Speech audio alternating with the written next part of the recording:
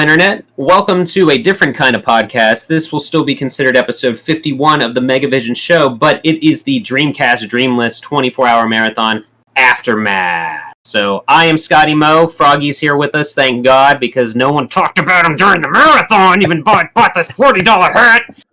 But with me today is Graham. Hello everybody. And Corey. Hola. And we've also got another special guest. That's right. The last one of these guys. I saved it. Because somehow I made it through the marathon with only one. So I'm going to crack one open with the boy.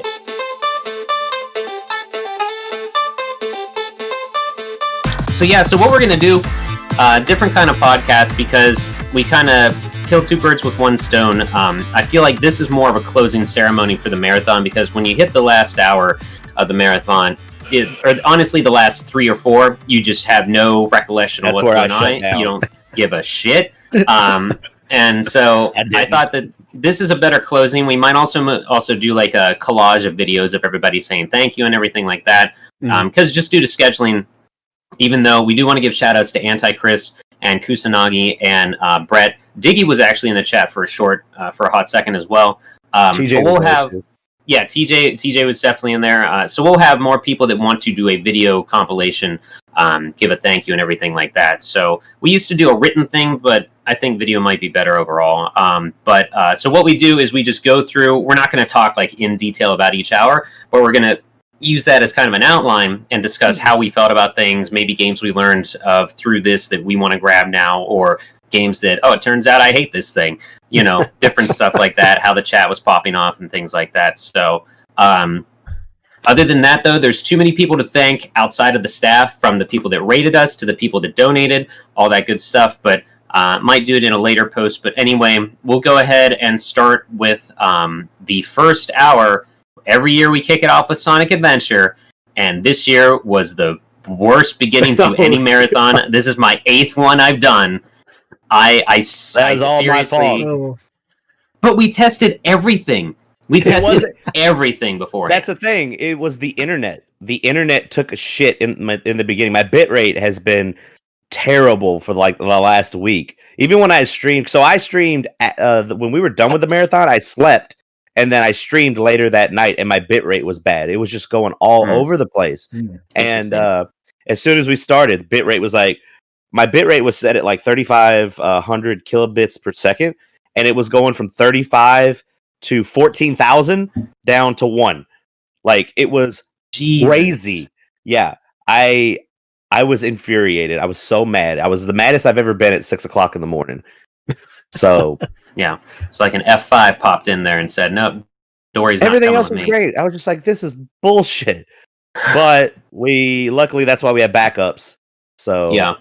I was very scared because I had no confidence in my setup just from previous experience. That kind of shown through later on. But yeah, and which is, I feel even worse because I had like prepared files for the games that needed save states, so to speak. So I was like, I'm good to go, ready. You did not have those because we didn't think you would need them. So fucking whatever. Like I said, this was, I told once Brett's done probably 6 of these with me. I told him when he hopped in, I was like, dude, we had worse technical difficulties in the first hour than we have in the entire time I've hosted this idea of a marathon. Because it wasn't just that, it was like suddenly just different sides of things weren't working. Suddenly our Dreamcasts weren't reading anything, so to speak, and the controllers weren't being read, even though we tested exactly having 3 or 4 players playing one game at a time. It was crazy. For a while towards, and we'll get to it, but later in the marathon, we kind of started getting our groove for our Dreamcasts, and we were able to get everything connected, and it just started. We were like, all right, let's utilize this, and it was working a lot better. Yeah, it was. Yeah. I will be completely honest. I will be just no doubts about it. In the first hour with Sonic Adventure, so it was bad enough for those that didn't see it. If you were playing with a frame rate on a literal toaster, because if like this VMU that I have is Knuckles on the screen, and if my screen that you're looking at is you're playing as Knuckles, and you're trying to just get over here, it would be like, and then you'd eventually see him in that spot. And I was just on like, my side. I can't, guys, I cannot play this game. I played as Knuckles, and I could not get that piece of emerald that was in front of me. Like, I kept somehow it's over here. That was the bit rate issue, yeah. It was so bad. And it was like, after that, and since it wasn't letting up for like almost an hour, in my head I was like, I am fine if we just don't do the marathon this year right now. I cannot play games like this. Yeah, that's what I said, an hour 20. I was like, we can cut it early. We hit our goal.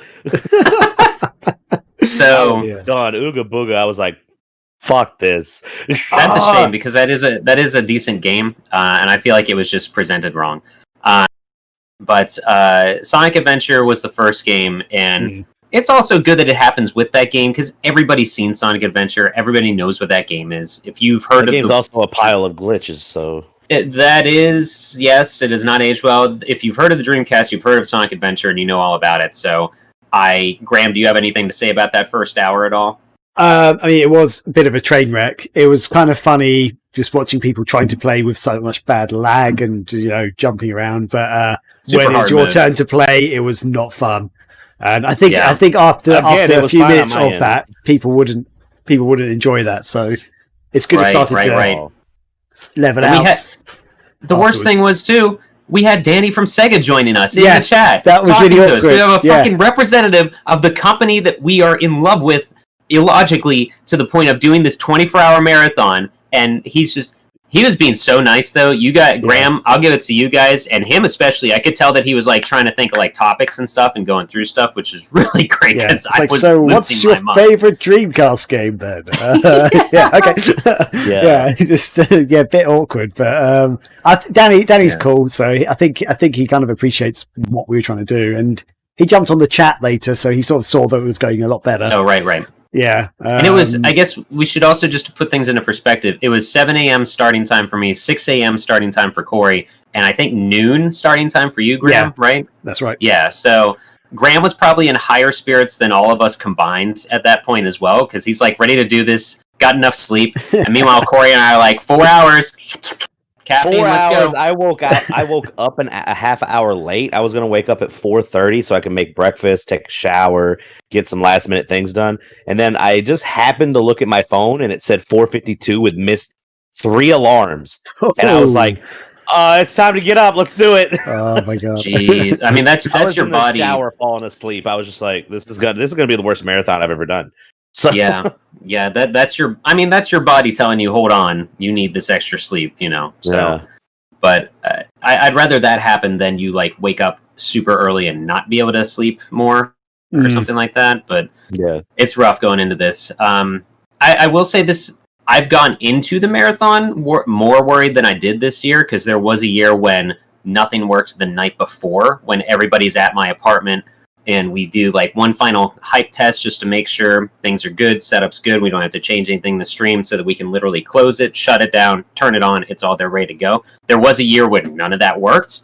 So someone had to stay up and got no sleep to make sure it was ready to go. It was not me, but boy howdy. Last year, I don't think you're used to someone I know TJ has helped previously and stuff like that, but last year I was just like, yo dude, I got the production part down, and you were like, all right, I need to do this and do this. I was like, I've already tested it, we're good to go, don't worry about it. And I think you realized halfway through the stream last year, you're like, yes, I can relax, I can enjoy these games, because I'm just he's like, because he'd be like, how's things going? I'm like, we've done a giveaway, stream looks great, we're good to go. And he's just like, oh, okay.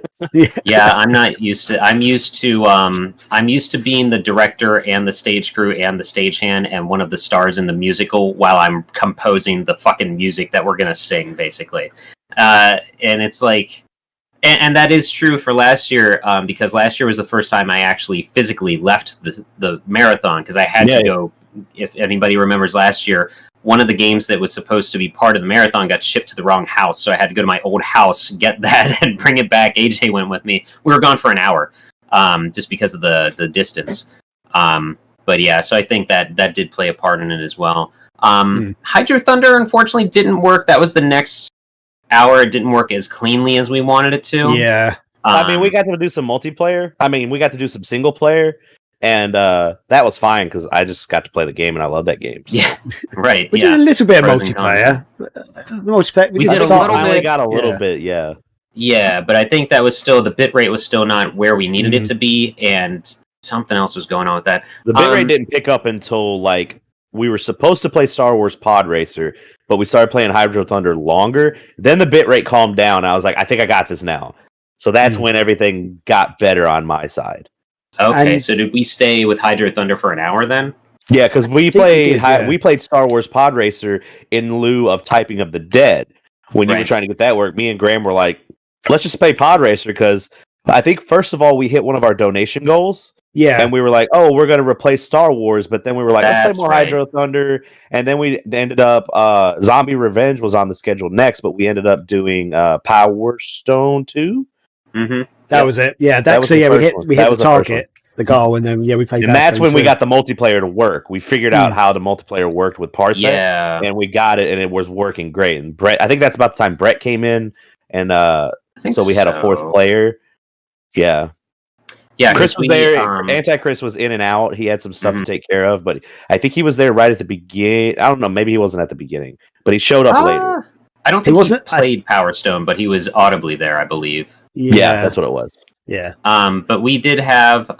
so we had goals throughout raising money for Extra Life. Our first goal was to hit $420 to play Power Stone 2. So we got that pretty quick and popped that in. Oh, that's why you did that. Okay. I was like, why? And it just now hit me that you emphasized that. I'm like, God. If I had my air horn ready, I would have done it. But wait, what? I'm so confused. He said Power Stone 420. You know what stoned is, right? It's getting high. Yeah. 420 blaze it. Never heard that expression in my life. Oh, that's a states thing, I guess. So. Okay, I know about stones, getting stoned, but never heard 420. No. 420 blaze it.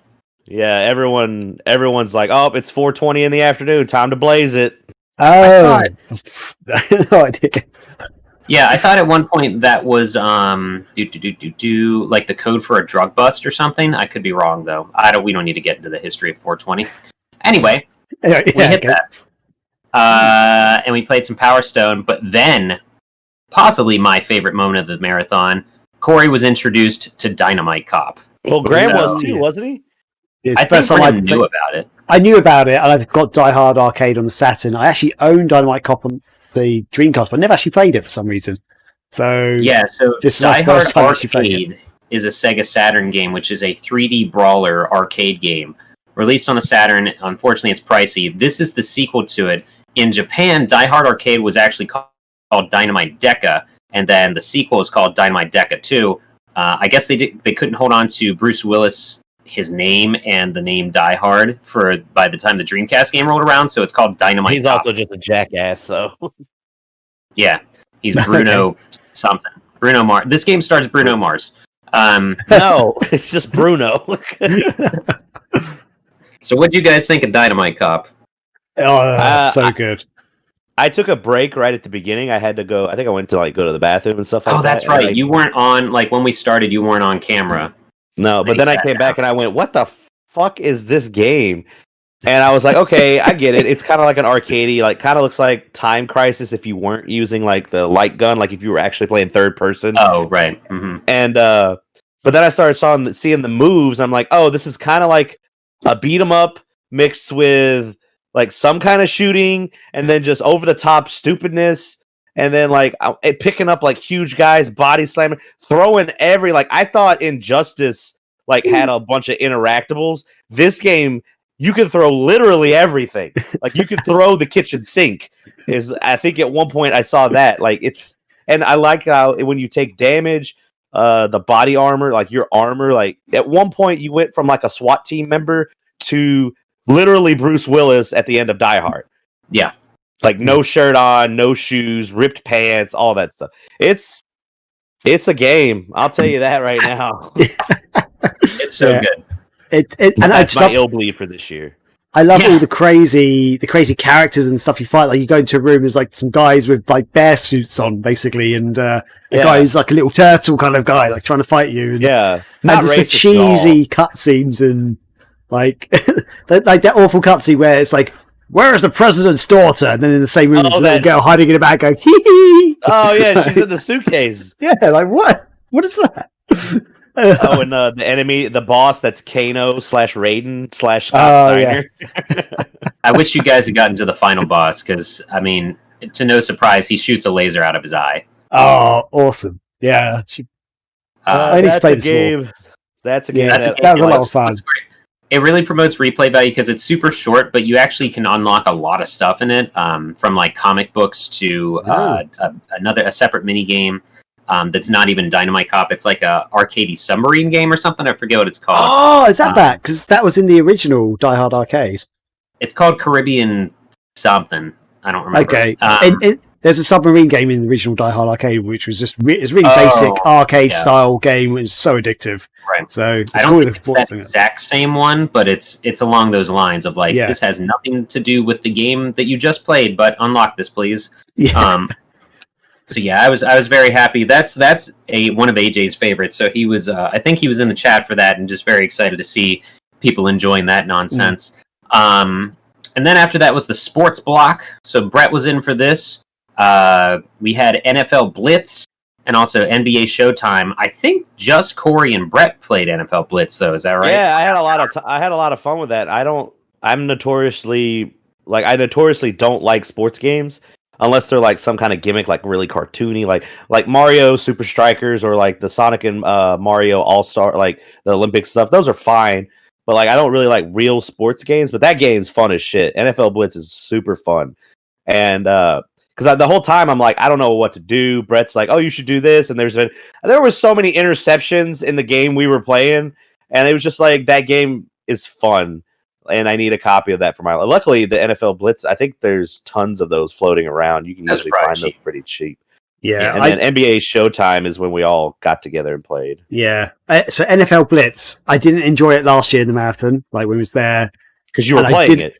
I was playing it last year, and I was just like, I'm not enjoying this. I don't really know American football. I know what I've seen in TV shows and movies, and that always makes it look super exciting. But I don't understand the rules. And when I was playing the game, I was like, why does it keep pausing and doing all these things? You have to choose your next move or whatever. I just didn't get it. I didn't enjoy it. It was more fun for me to watch it this year than play it. I think I still wouldn't enjoy playing it, but it's fun for me to watch you guys playing it.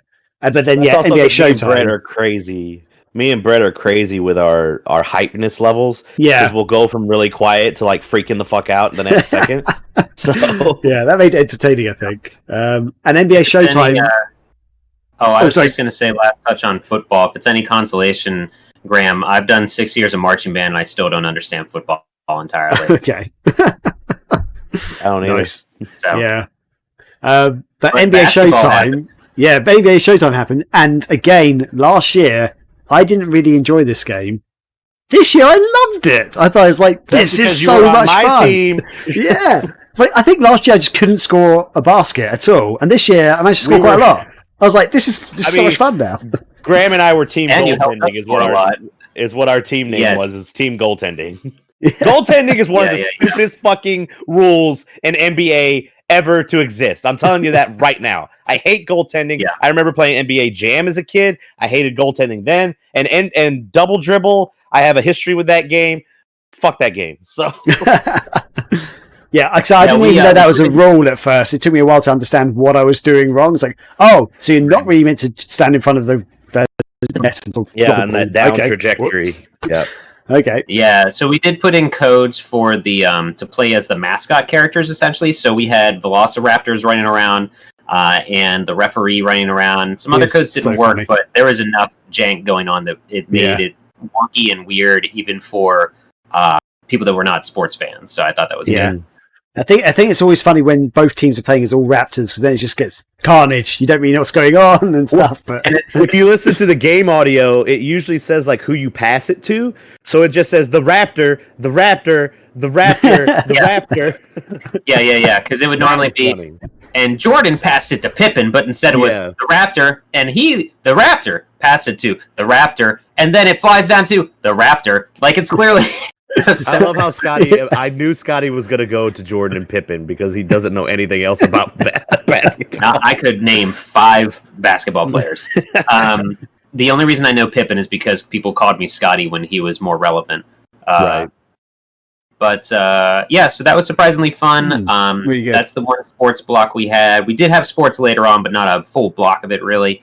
The following portion was Dino Crisis. Ooh, yeah. Now, the thought behind this was, I do appreciate the thought behind this that Kusanagi had, in that after the Resident Evil 2 and Resident Evil 3 remakes, everybody's yelling at Capcom because Capcom said, oh, you know what logically everybody wants? Resident Evil 4. No, that's on everything. We're good. So people are starting to demand a remake of Dino Crisis. So we thought, you know what? Let's throw Dino Crisis in there. And it didn't pan out to have the person behind the wheel during Dino Crisis initially thought. So Corey picked up those talons. I have to pick up the slack. Thankfully, we had the human strategy guide Caesar in the chat. He was so But so here's the problem, though. He wasn't in a direct call with us, so we were getting the stream lag. So we would be like, what do we do? And he's like, oh, you have to do this. But it would come like 4 minutes later. So like it was, but I need to get a copy of that game because that's pretty It's fun. not a bad game. They tried enough different things to stray away from Resident Evil, but not fully. I almost feel like they stole stuff from Parasite Eve in some aspects and Resident Evil. But it legit scared me at one point. It got me. Yeah, we have a clip of that.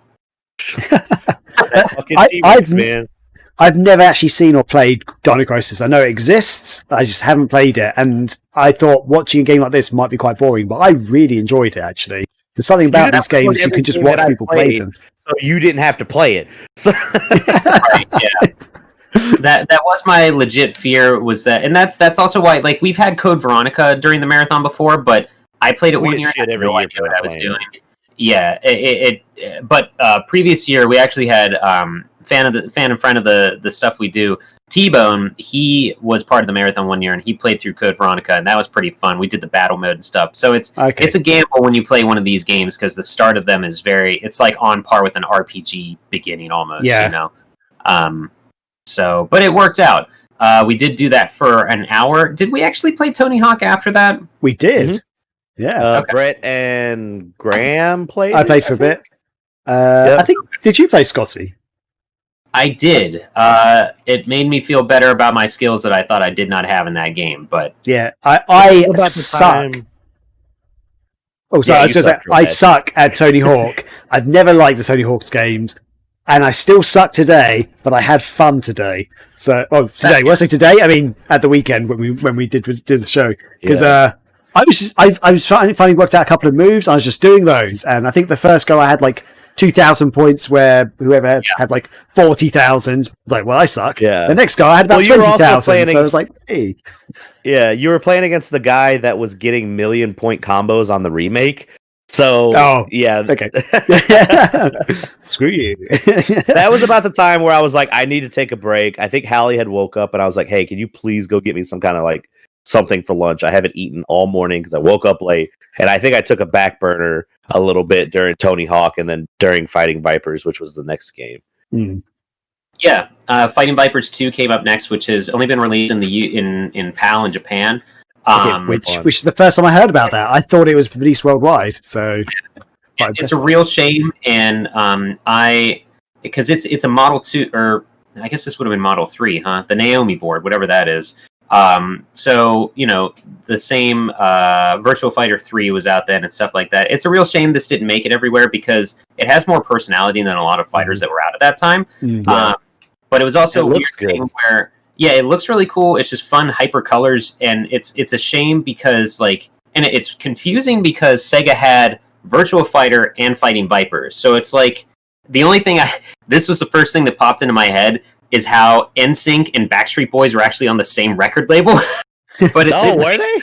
Yeah, they were. So it's very confusing to me that how would Sega release both these fighting games and like just not, you can't, because they are both. Why spread your resources so thin?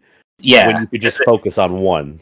And I think what their defense would have been like, Virtua Fighter is more floaty and more physics based, whereas Fighting Vipers it has their armor system. It has different, like, I think you do move a little bit faster when your armor's off, but you're not as strong.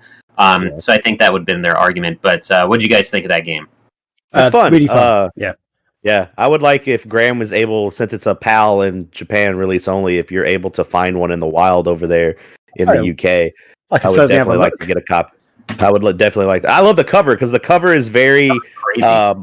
Well, the cover for JoJo fans or anime fans out there, it's very manga looking. So it looks much like a manga like cover or like inside of an issue or something. And it's really cool. And I mean, Jotaro from part 3 of JoJo is actually in the freaking game. So he's just named Bon, but it's totally Jotaro. So yeah, this is also a game where instead of weapons, like, characters have skateboards and bikes and guitars and bats and shit. What was it? Raxel had his idle animation is him doing an air guitar, but he has a guitar on his back. So, like, I don't get it. Like, he rocks so much that he can't stop. Is what it is. That's kind of what it is. Yeah. I was gonna say too, on the schedule we don't have it, but I think we cut Fighting Vipers a little early and played Virtua Fighter 2. Or Virtua Fighter 3 TB. We played a little bit of that. Yeah, we did update that because we wanted to have that in there as well. So Chris. We have a clip from Fighting Vipers I'll mention real quick. Well, I'm just going to try to mention the clips that I remember, but I won't describe them so that people go and actually look at them. Virtua Fighter 3, I appreciate that series, but I just cannot play it. I'm already past fighting games, but I just cannot play those games. We threw that in there strictly for Chris. Anti-Chris is a big Virtua Fighter fan.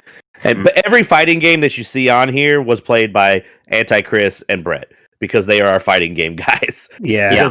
Because me and Scotty will play, but I'm like, all right, I played 2 matches, I'm good. They can literally play for hours.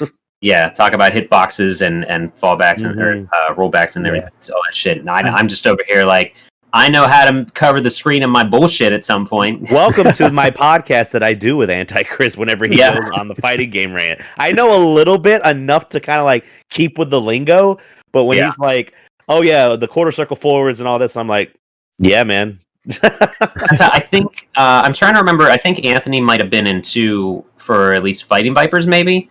Because he's a big fighter as well. And I'll never forget, like, I didn't realize that until we were at him and I went to PAX Seattle. Back then it was called PAX Prime, but this was before Marvel vs. Capcom 3 was released. And we were looking at that, and he was like talking, he was just kind of thinking out loud and talking about what was going on the screen, and I'm just like, I like that Amaterasu's in it because that's a dog. It's like, but so my buddy Anthony did hop in from, I think, from NBA through Fighting Vipers or something. So it was cool. Yeah, he left right before Pen because we switched Worms out with Space Channel 5, but we'll get to that. Yeah. We sure. I have to say one thing about Virtua Fighter. I like the Virtua Fighter games, but Virtua Fighter 3 TB, I don't know what it is. There's something about that game, I just think it's not a good Virtua Fighter game.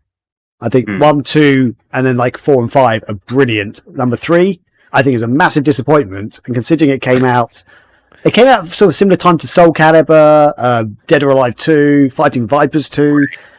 It looks so much worse. It just doesn't look as good. It doesn't play as good as them either. And Fighting Vipers 2 was so much more fun, like especially to watch. I just thought this looks such a better game in general, overall. So it's it's a shame because that really was this was, we've talked about this on the podcast before. Like, this was the first era of consoles that could have quote unquote arcade perfect games, but as a result of that, like, I think like 2/3 of the US launch lineup for Dreamcast was fighting games and racing games because they were coming from the arcade. So unfortunately, you had Virtua Fighter, you had Soul Calibur, you had Dead or Alive. You know, it's like, what do I go with? Oh, there's some tits. I'll go that way. You know, you go home. Basically, jiggle physics. Yeah, which is such a shame because like there are such better fighters out there compared to Dead or Alive. But I'm not good at fighting games, so I'm not going to talk too much about that. So I don't think Dead or Alive is the best series, but at the point when Dead or Alive 2 came out, it was really good. That was just a fun game, and like the character, regardless of the bouncing boobies, the character models are just way better, like compared to like Virtua Fighter, and just the the different levels of the stages, like you go through a window, you end up keep fighting and stuff. The combat was much more fluid. Like I owned both Dead or Alive and I owned Soul Calibur, Dead or Alive, and Virtua Fighter. And when I picked up Virtua Fighter, I was like, "This game sucks." I'm like, I just did not enjoy it at all. And watching it this year, I was like, I feel like, unfortunately, Fighting Vipers is more of a blocky, not voxel, but definitely less smooth polygons overall. But I feel like if they had embraced that and made it cel shaded, it might have worked a little better in their favor visually. Because I think that might be what turns people off. Because if you put side by side, like Fighting Vipers, Virtua Fighter, Dead or Alive, Soul Calibur, everything but Fighting Vipers looks smooth and actually curved and like flowy. You know see, I would disagree. I think Virtua Fighter looks worse than Fighting Vipers. Like I think the character models and like I just think everything. I don't know. I just think Virtua Fighter just doesn't look as good at all. Maybe argue with me. Let's tell me I'm wrong. Yeah. That's the audience and the listeners, not you, Scotty. Please don't argue with me. Oh, okay. Gotcha. Speaking of games that are wrong, next up was Jet Set Radio. Hey! I love it. We hit a bump with this one. This was Graham's 5th wardrobe change. Where yes. just for the listeners, I'm pointing to the many T-shirts. It was that one in the top right. So this is my Jet Set Radio T-shirt. Yeah, beach shirt. My beach shirt. Yeah. I had many wardrobe changes throughout the day, and I've still got it on my sofa. You have big enough headphones, and you had the right glasses that you really look like. I haven't got the glasses with me at the moment, but yeah, I'd. Are those? I didn't even look. Are those? Because Sega did sell. I don't know if it was a U.S. only thing. They do have Beats glasses, like not his goggles, but his like sunglasses in the form of Beats glasses. Is that what you were wearing? No, I just had some sunglasses that looked a bit like them. There's just that. I was like, these look like them. But so unfortunately, since we didn't have a loaded save file, we were going through the tutorial in Jet Set, which is a pain because you just cannot even play the game without getting through it. And I was severely struggling. I don't know why, because after the fact, when the marathon was said and done, the next day I played a little bit of Jet Set and restarted a file on the Steam version. Got through that tutorial just fine. No pauses, no hiccups. Must have been the pressure of the audience. I don't know. But we did play Jet Set a little bit. I tried to also create a graffiti, and it wasn't saving properly. Like, it saved as a clear picture, essentially. So you would spray paint the graffiti you created, but since it did not show up created, it was just empty on the in the game. That in mind, I might actually stream that game soon because I feel like I need a personal redemption in it. Yeah. But I think we only played Jet Set for half an hour. Did you play that, Graham, or was it just me that played it? I didn't get a chance to play it, sadly. I picked up controls off of you because you couldn't sketch, and I was like, I got this on the first try. Yep. As I showed you, I warmed it up for you. Well, I was like, there's a notorious VOD of when I first joined Megavisions of me streaming that game and losing my shit. So I was like, I'll play it a little bit to see, but I didn't play it very long. Okay. Because then I had to get a Space Channel 5 going. That's right. We hit our other goal. Another stretch goal was raising $555 to play Space Channel 5. And since we were sharing that game digitally, there's going to be lag for anyone that is not hosting it. Corey is hosting it, and I think... On a rhythm game. Graham tried it first? Yeah, you tried it first, and it was impossible. Yeah. I mean, I'm not very good at that game anyway, but yeah, that was even worse than... I can normally get at least a few of them, but I was just missing every single one. So it's like, right, shoot. And I was just like... Yeah. I can't. I'm not the best, but I've made it through most of the game on my own, like on the Dreamcast version. This was one that we wanted to showcase since it's something that people can currently buy on Steam. So we want to support the current stuff you can get as well, rather than just trying to get through retro shops and stuff. But since it is a rhythm game, it's just. Corey and I tested this before the marathon. There was a glitch that happened, but that aside, I was playing this. I'm like, dude, I am hitting it when I hear the game say it, but due to the lag, there's no way I can progress. So we're just like, we can't cancel this stretch goal now. We're going to just see what happens. And that's what happened.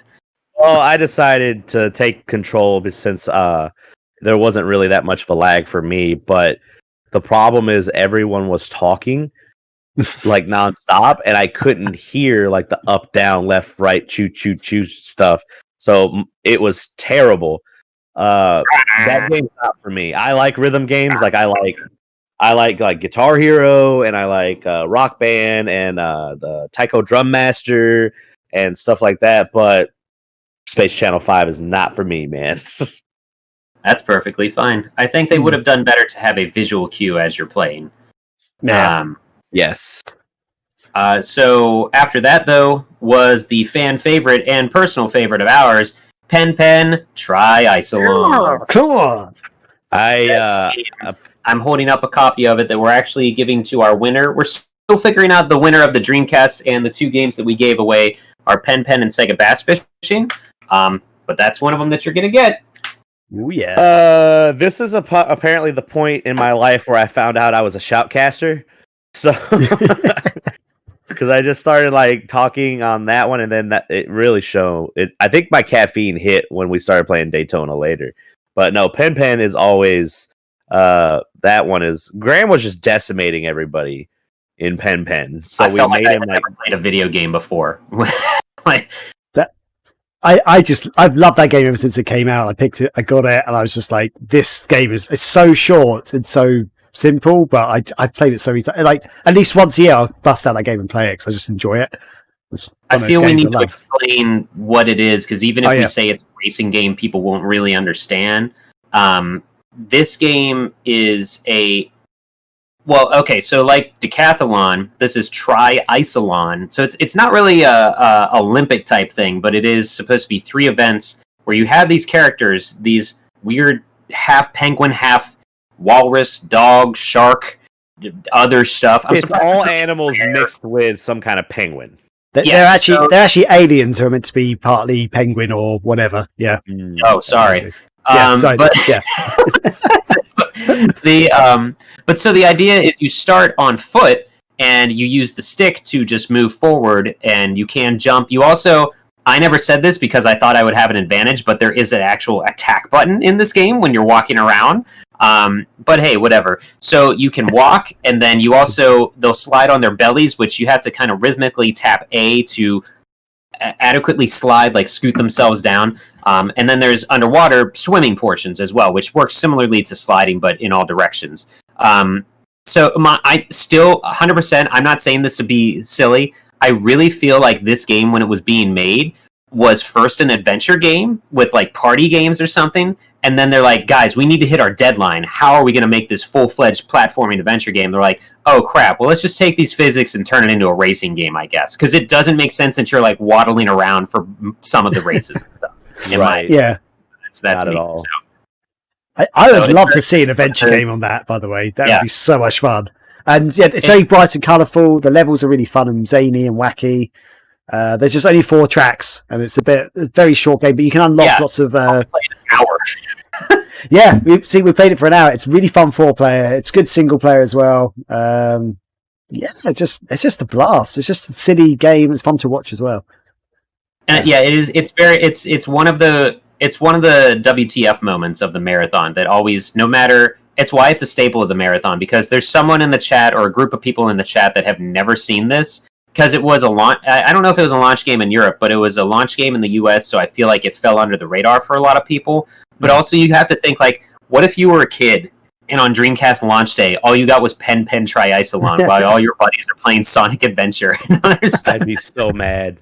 I'd be so mad. I'd be really happy. I'd first be like, ugh, and then I'll play it and be like, this is great. Come on. Yeah, it's a treat. And I don't know why those load screens are only in the US version, because those are my favorite part. Those like what's the uncanny version they of, like, remind me at a post office and stuff. Do you remember the Simpsons Treehouse of Horror where Homer gets brought into 3D world?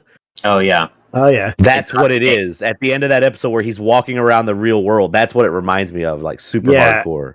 Yeah, because they're kind of superimposed onto sort of almost I don't know if they are realistic, but very realistic looking backgrounds. But yeah, the UK version just didn't have that. It just had It just had like one of the characters like, and it would just be like the watery color background saying "now loading," like just in like colorful writing.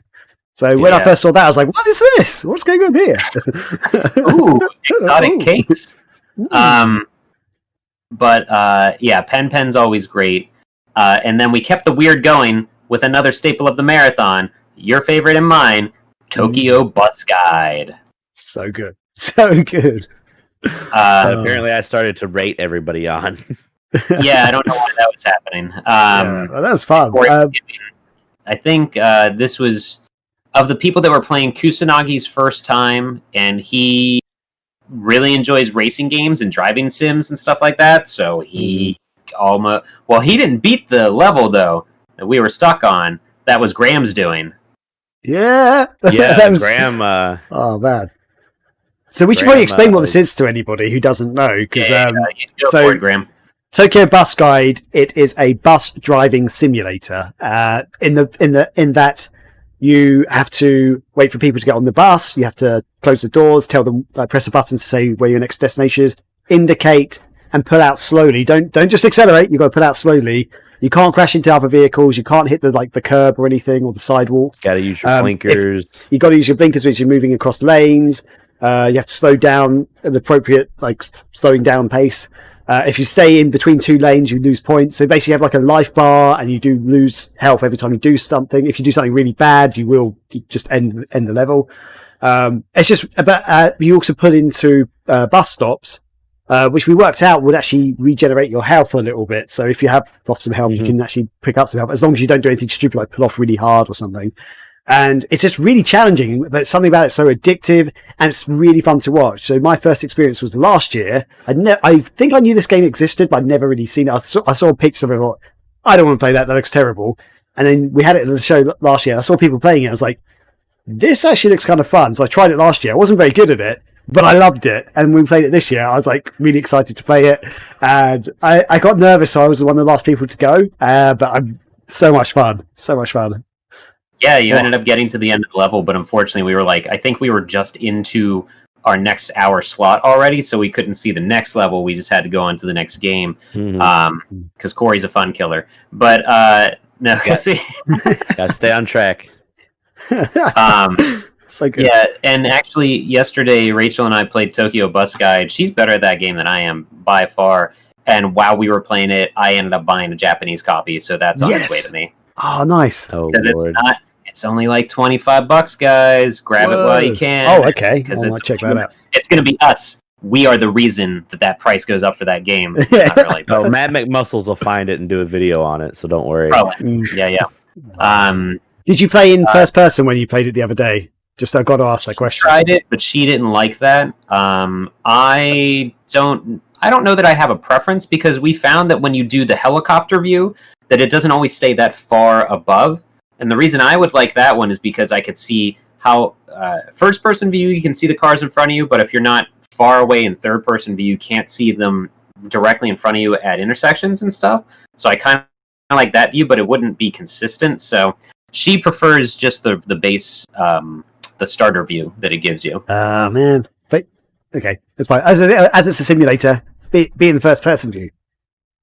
I think I preferred that at first, but the fact that the wheel doesn't move bothered me, so I couldn't get that out of my head. The OCD got in the way. Okay, yeah, fair enough. Oh, I should. Unless my bus driving outfit, I had an outfit for bus driving as well. Graham was the Dapper Bus Guide. Is that what it was? I guess so. I said that it looked like he was Al Capone's chauffeur, but yeah, that would do. But yeah. After that was Xenocrysis, so we kicked off our indie block with Xenocrysis that Corey and I played. Didn't really get that far in it. That game's still hard as shit. Yep. That's a difficult top-down Smash TV meets Aliens and Predator and Tremors and Starship Troopers sci-fi. Yeah. Yeah, that was fun though. I got to play it a little bit. Yeah, I enjoyed it. I thought it was very good fun. You guys made it look way easier than it was, I thought. You guys were doing really well. Oh, thanks. And when I played it, I was like, oh, yeah, okay, I keep dying. Corey, save me. Save me.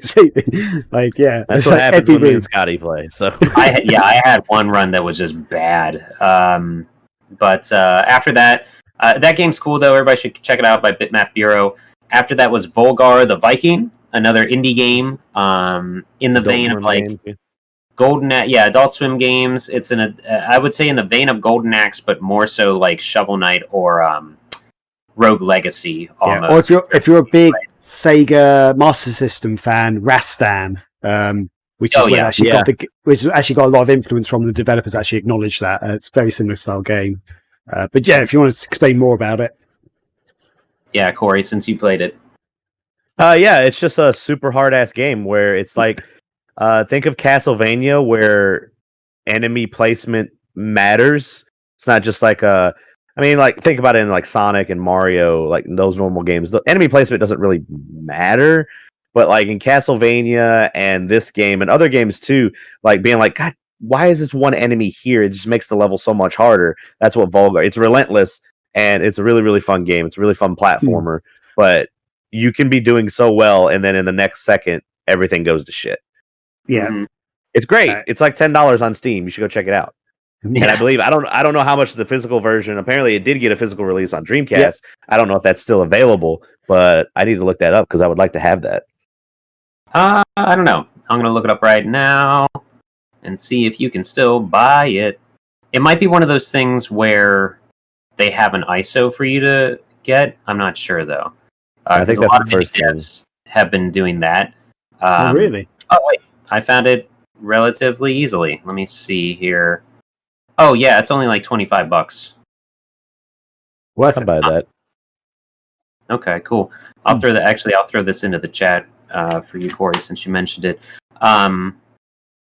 But yeah, and then after that, rounding out the indie block, I tried to play Escape 2042: The Truth Defenders. Yes. And had some hitches on my end that wouldn't let me adequately share things and hand the controller over, but we only played it for a little bit. I got stuck on a part, but it's a cool little platforming puzzle type game that I equate to Zillion.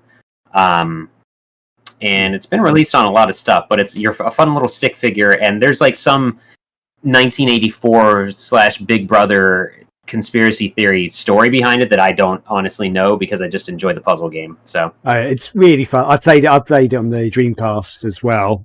You can get it on the Genesis or Mega Drive. The Dreamcast version also works on PC. I think did they release it on Steam as well, I think. Yeah, that's what I was playing it through. It was on Steam. It's like $8 on there or something. Yeah, and I think the thing I love about it is the music is really good. Like, I don't know what you think about that. The music just kicks ass. And the music's good, and it plays continually, but it's good enough that you don't go insane and hate the soundtrack as you're going through this. Yeah, and have you got much further in it? Have you beaten that? I've gotten further than I did on stream. That's for sure. Okay, have you been to the other levels basically? I don't know that I have. I don't know how much time I've actually put in. You do actually go to like other levels, like they go to like a planet and stuff like that. You go into space and into a planet and other areas. So yeah, I think there's 4 different worlds, as it were, if you called it that. Okay. Yeah, really good. Cool. Yeah, that's a good indie game that you guys should pick up by Orion Soft. They make a lot of stuff on Dreamcast. And then the competitions began with Daytona, USA. I don't understand brackets, but there were 2 of them. I understand brackets. So when you do a double elimination bracket, people get knocked into the loser's bracket, and then they have one final chance to claw their way to the top to get into the winner's final to go against the person that won it all and got to the end. And that was me. So yeah. Well done, sir.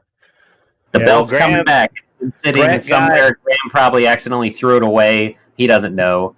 But Graham, I definitely kept it safe somewhere, but it's too safe. It's so safe that I don't even know where it is. So it's around. I do have it. The belt's coming back. I was able to give Brett his revenge match against Graham, and that's probably where I lost my voice. Was Daytona. Did Brett win against Graham? I lost track of everything that was going on. So Brett won against Graham, but then lost to Kusanagi, and then Kusanagi lost to me in the finals. Gotcha. Yeah. It was not a good day for me, I think, for that.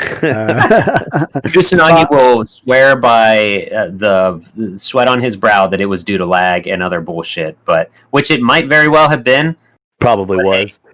my dream, my honest dream, is that the next time we have a marathon and you guys can physically show up at my place of living, that we can zip over to Dave & Buster's and take over all 8 of those goddamn Daytona machines. Oh, that'd be good. That'd be fun. Just do a live stream from there. I'd love to. Because I think that would be a good time. Yeah, so that was cool though. That's always a lot of fun. There's always a lot of hype and energy behind that in the chat. Again, even if you don't care about racing games or whatever, just because it's the energy is there. And then I knew that I was thrown in the towel, so I did my patented maneuver of turning around and driving backwards just to scare the shit out of Brett. And if you review that chat, I phantomed my way through most of the opponents. You did. I don't think the game was ready for what you were bringing. Yeah, my back alley bullshit. But that was really cool. Daytona's always fun. Even though I will stand by whomever was saying this as well, it's not the best version of that game, but it's the Dreamcast version, so it's still a good time. That was Kusanagi and Brett, I believe, that were saying that. Yeah. I prefer the Assassin version, for sure. Right, 100%, yeah. And then after that, more competition, but as we mentioned before, since it's fighting, it was Brett and Anti-Chris with Project Justice. That's always a fun thing. Project Justice, and especially since the character, what was it? I think Acura. Yeah, she got released. Acura, however you say her, she's the biker babe with the skull on her helmet. She was announced as DLC for Street Fighter V. Is that right? Yep. Which is awesome because Rival Schools has a passionate following. Rival Schools and Project Justice. To see the slightest ray of hope that Capcom might do another Rival Schools game. It's kind of a staple of the marathon already, but it was cool to throw that in, and there was a lot of discussion going on around that. That's a game that's actually the first, not Project Justice, but Rival Schools is the first fighting game I ever purchased. I don't count Virtua Fighter 2 because that was bundled with my Saturn. This is dumb young Scotty, though. I saw a cool anime character on the cover, was in love with Capcom because of Mega Man and Resident Evil, and it was also on the PS1 in one of those thick cases, so I was like, this game's got to be great. It's a double jewel case. Because it was 2 discs, and the second disc was like all mini games and stuff, which is I was not disappointed with my purchase. But Rival Schools is a cool series that has 3-on-3 stuff, not as insane as Marvel vs. Capcom, but still fun, crazy characters, illogical storyline that's just a good time. And the arenas, I thought the arenas were actually really interesting and fun, just for like a viewing perspective. It's just fun to watch stuff that's going on, like as well as the fighting, and I think that's the mark of a good fighting game. Because that's why I find Tekken quite boring. Most of the time, at least in the old Tekkens, it's just a really boring background. I'm just like, I don't really care.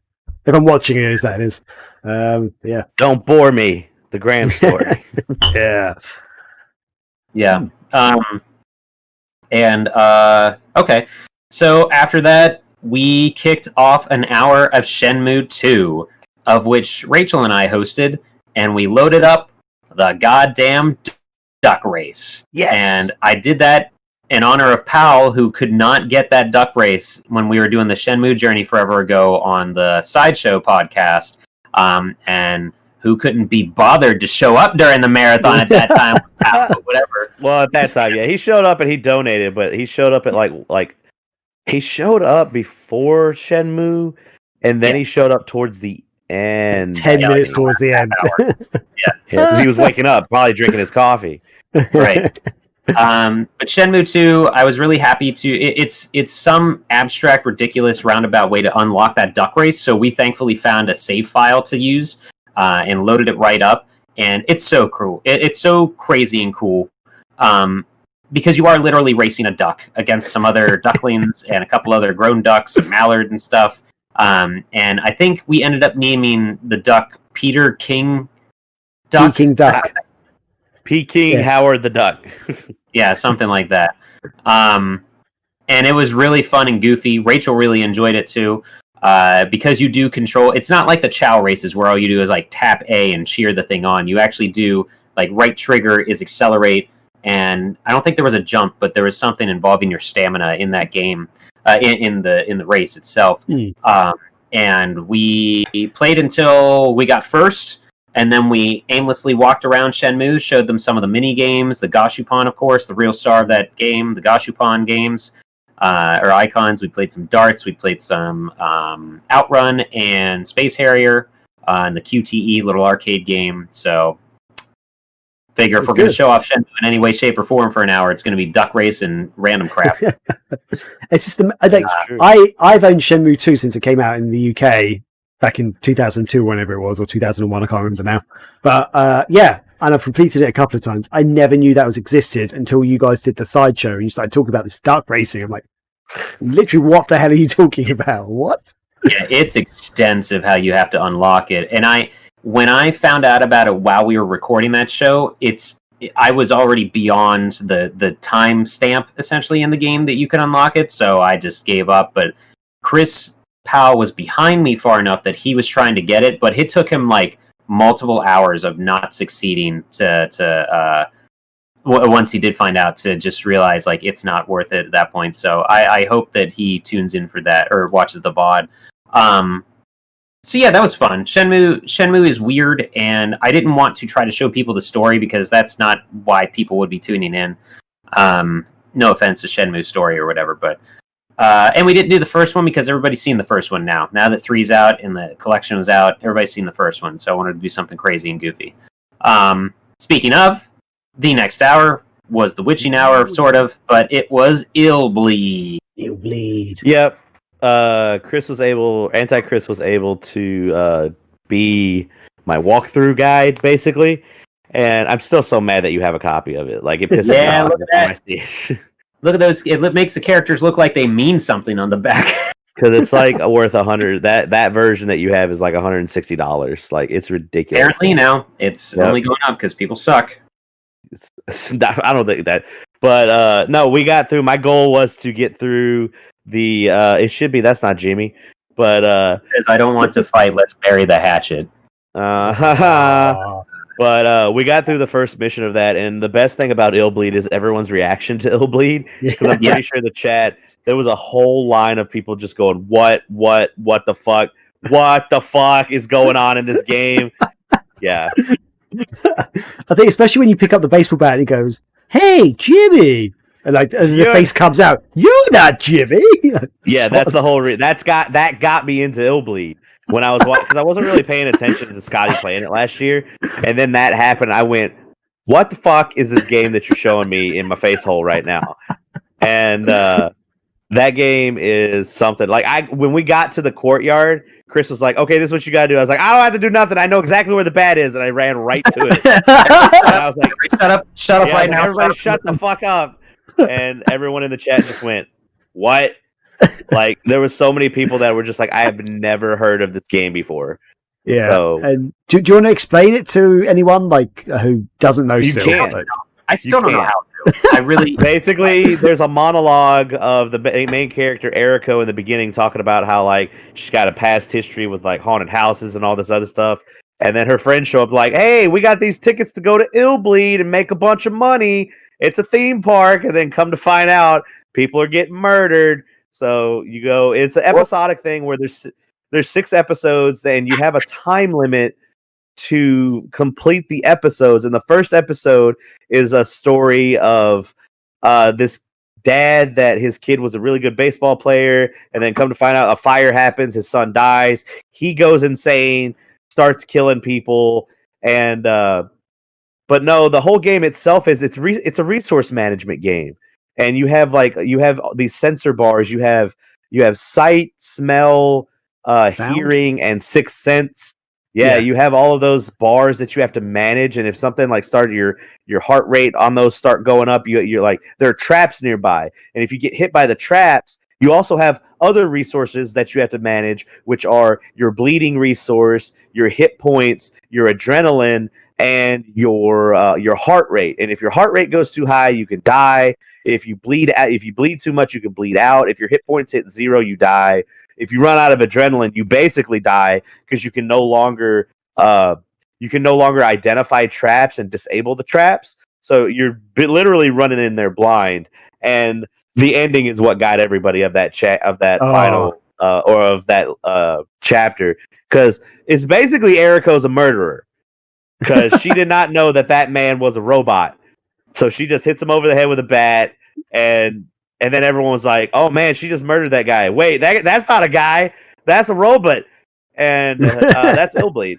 So yeah, it's I think Scotty summed it up best. It's like a survival horror game in its truest form, because it's not just killing things to survive. You're actually having to predict traps and stuff early if you can, and you have resource management as well, and just you can detect things with your sensors. And it's just so different as well. It's really cheesy and like terrible script and stuff, like a lot of games are back and then, but it's so much fun to watch. It's so much fun to experience as well. I still haven't actually played it yet. I think last year I didn't get to play it, and obviously Corey played it this year. But I don't care. Oh, really? I enjoyed it. I had so much fun just watching. It was great. It's very much one of those games that you can co-pilot and be just as satisfied with. I don't say this for really any games, but I recommend, if you can, play it with the Jump Pack, which is the Dreamcast equivalent of the Rumble Pack, because it does actually go off when you're near stuff. It sort of helps you find and be aware of your surroundings a little bit if you're not fully paying attention to stuff. Okay. That game is it's something else. I really don't know ever how to explain it to somebody, but I will stand by that it is one of, if not the most unique video game I've ever played. Yeah, I've never seen another game like it, ever. Yeah.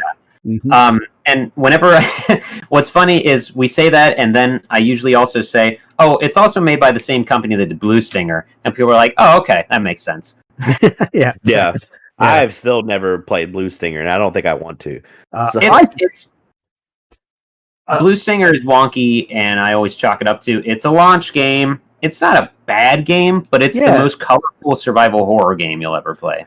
I think people compare it way too much to Resident Evil games, and it's a little bit different to Resident Evil games. Like the way you move, you can like do like melee fighting, so you can punch and kick your enemies as well, but not just like walk around and like shoot like that, because that's what Resident Evil games were back in then. It was sort of like it's tank controls. Shoot with tank controls, it was just a bit more free running, but because of that, it felt a bit more janky. I'm going to say, like it just didn't feel quite as smooth. And it's got some really terrible cutscenes, like it's just bad dialogue and stuff. But I think it's a fine game. But Illbleed, I just got to say one thing. I actually genuinely, even though I was watching, I genuinely got a bit scared. And when you're in the maze pit near the end, and that guy was like chasing you, and you could just hear his like the noise of him. And it's like, and because it's all in stereo, I could hear like, oh, he's coming out. Like when you turn the camera, I was like, he's coming to your right. He's coming to your right. Oh my god! Like, so like, Jesus. And he teleports too, as we saw. Oh yeah. I really saw that. He was on one side, and then you pan the camera to another hallway, and he was there. Yeah, pretty good. And then next was another tournament, sort of Crazy Taxi. Crazy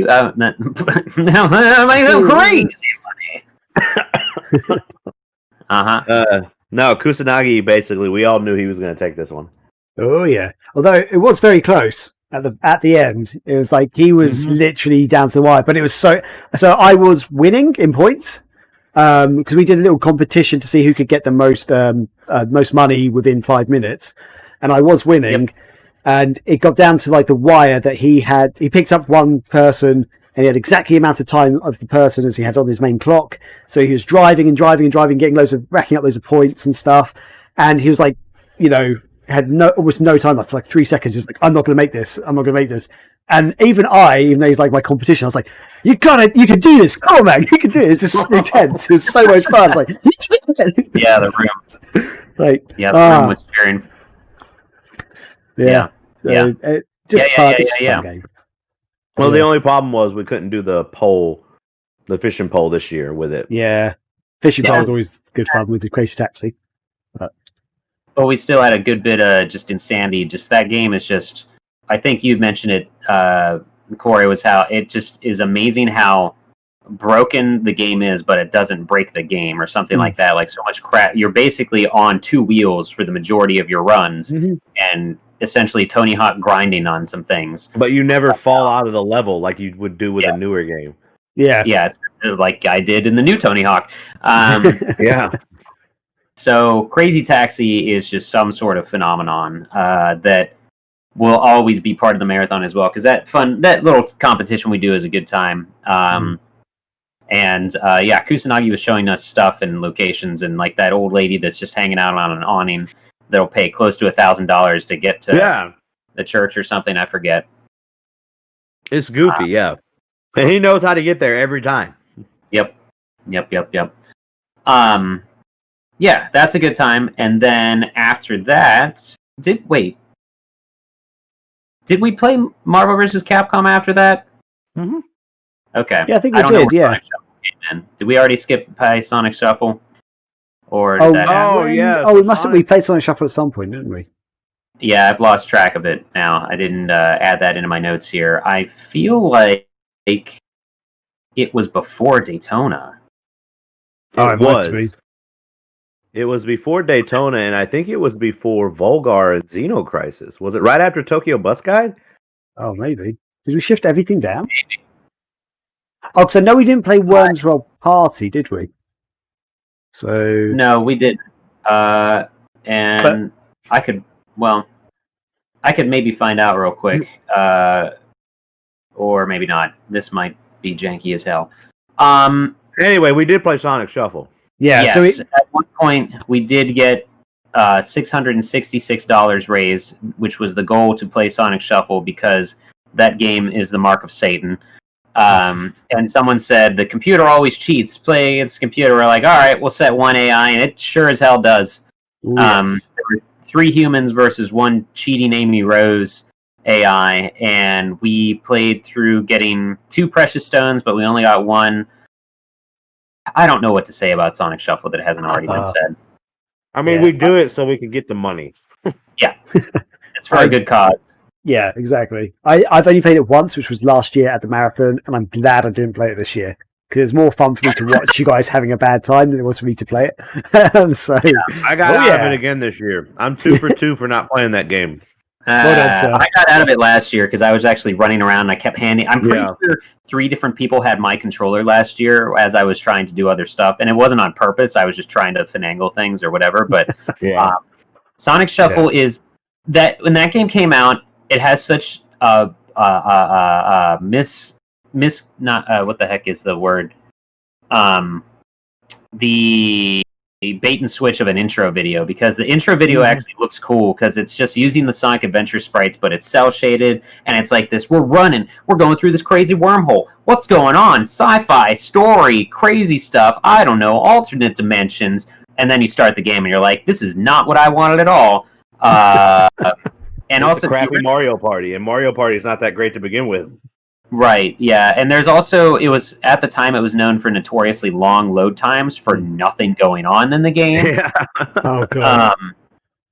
So it's one that you need to play with your friends, or if you were a very patient person, you could maybe enjoy on your own. There's secret characters you can unlock, but doesn't matter. The mini games don't make sense. I understand WarioWare more than I do the mini games in this game. Yeah, that's the thing. The mini games, they pop up with like a very brief introduction or description, but they don't make sense. They go past so quickly that when you're in the game, you're like, "What am I doing?" And then just after 30 seconds, it's gone. You're like, "I don't know what's happened." Like I remember that from last year. And I remember sitting next to Ashley, and we both just sat there and went, "What are we doing? Oh, it's over. What just happened? Like what literally just happened?" Yep, that's pretty much it. Sonic Shuffle. And then eventually, going down the line here, though, we did end up playing Marvel vs. Capcom 2, because it is the 20th anniversary of that game. EVO didn't happen this year, so somebody had to pick it up. But yeah, we played that, and by we, I mean Brett and Anti-Chris again. They were going back and forth. I don't know what to say about that game. That game's still... it's Marvel. Like, it's Marvel vs. Capcom 2. Like, it's one of the best fighters ever created. It's baby. Yeah, like, it's great. It's unfortunate. I wish they would re-release it digitally on some platform because it got delisted again on the PlayStation 3. So, I wish that would come back. But, hey, Scott Pilgrim came back this year, so maybe. Yeah, if Disney gets their head out of their asses, maybe it could happen somehow. Our Disney overlords will never let Marvel go. No, definitely not. After that was 12 a.m. We're coming up on 1 a.m. Eastern, midnight for Corey, and 6 a.m. for Graham. we did a little first-person weird game called Red Dog. Yeah, did we do Propeller Arena before this or not? I think we did. I've got a feeling we did Propeller. So Red Dog was only 30 minutes. Yes, and then we did Propeller Arena, which that game's super fun, and it's unfortunate that the things that happened with it. Yeah, we hit our $1,000 stretch goal, raising money for Extra Life, and that was to play the unreleased airplane jet fighter arena game Propeller Arena that was never released due to everything that happened with September 11th. Very unfortunate, and we do not want anyone to think that we are being insensitive by playing that, because it is still a good game. It's still a fun multiplayer game. And people were kind of asking in the chat, like, it doesn't seem like you should be playing this. We're like, we're not doing it to be jerks. We're doing it to show a game that was never released and more people should maybe play. I did not fully understand what I was doing in that game sometimes, but it was still fun. I think Corey described it best as a little more chaotic Star Fox. Yeah, it's a little bit slower too. Yeah, because it actually has like game physics, not game physics, but plane physics, so where you can't just like whip around real quick and start dogfighting and tail fighting with someone. You got to go like, let's turn, and then there's also a stall feature that if you go too high, you'll stall, and then you got to waggle out of the stall. But no, that game's great. Like I said, it's unfortunate the things that happened around its release and all that. But I mean, I don't know. Dreamcast games are getting made all the time, so maybe it'll get a re-release. There's going to be 5 people that understand this, but if I could compare it to any other game, it's the Independence Day movie video game, but good. Yeah, someone said that in the chat. Oh, really? Wow. Yeah. Okay. See, to me, the closest thing I can think of is Crimson Skies on the original Xbox. Although Crimson Skies had bigger multiplayer arenas and stuff, the arenas in this one are quite a bit smaller. But very similar style, kind of just frantic, shooting people down kind of gameplay. And the cool thing is they've actually got bots in there, which I didn't realise. So you've got 4 players, we've also got a couple of bots flying around. Yeah, I was just like, who's this C1 who keeps shooting me down? Oh wait, that's someone else. It's like, not even a person.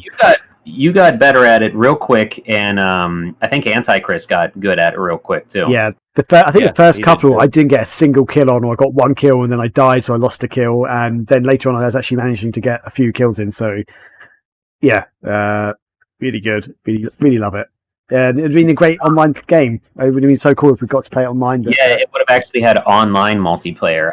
Do you know, is that basically what the campaign is too, or do you have mission objectives in it? Do you have any idea, Graham? From because I have actually played it before. I actually reviewed it on the old Sega Nerds website. From my memory, it was not really campaign. It's not like Crimson Skies where we actually got proper story missions.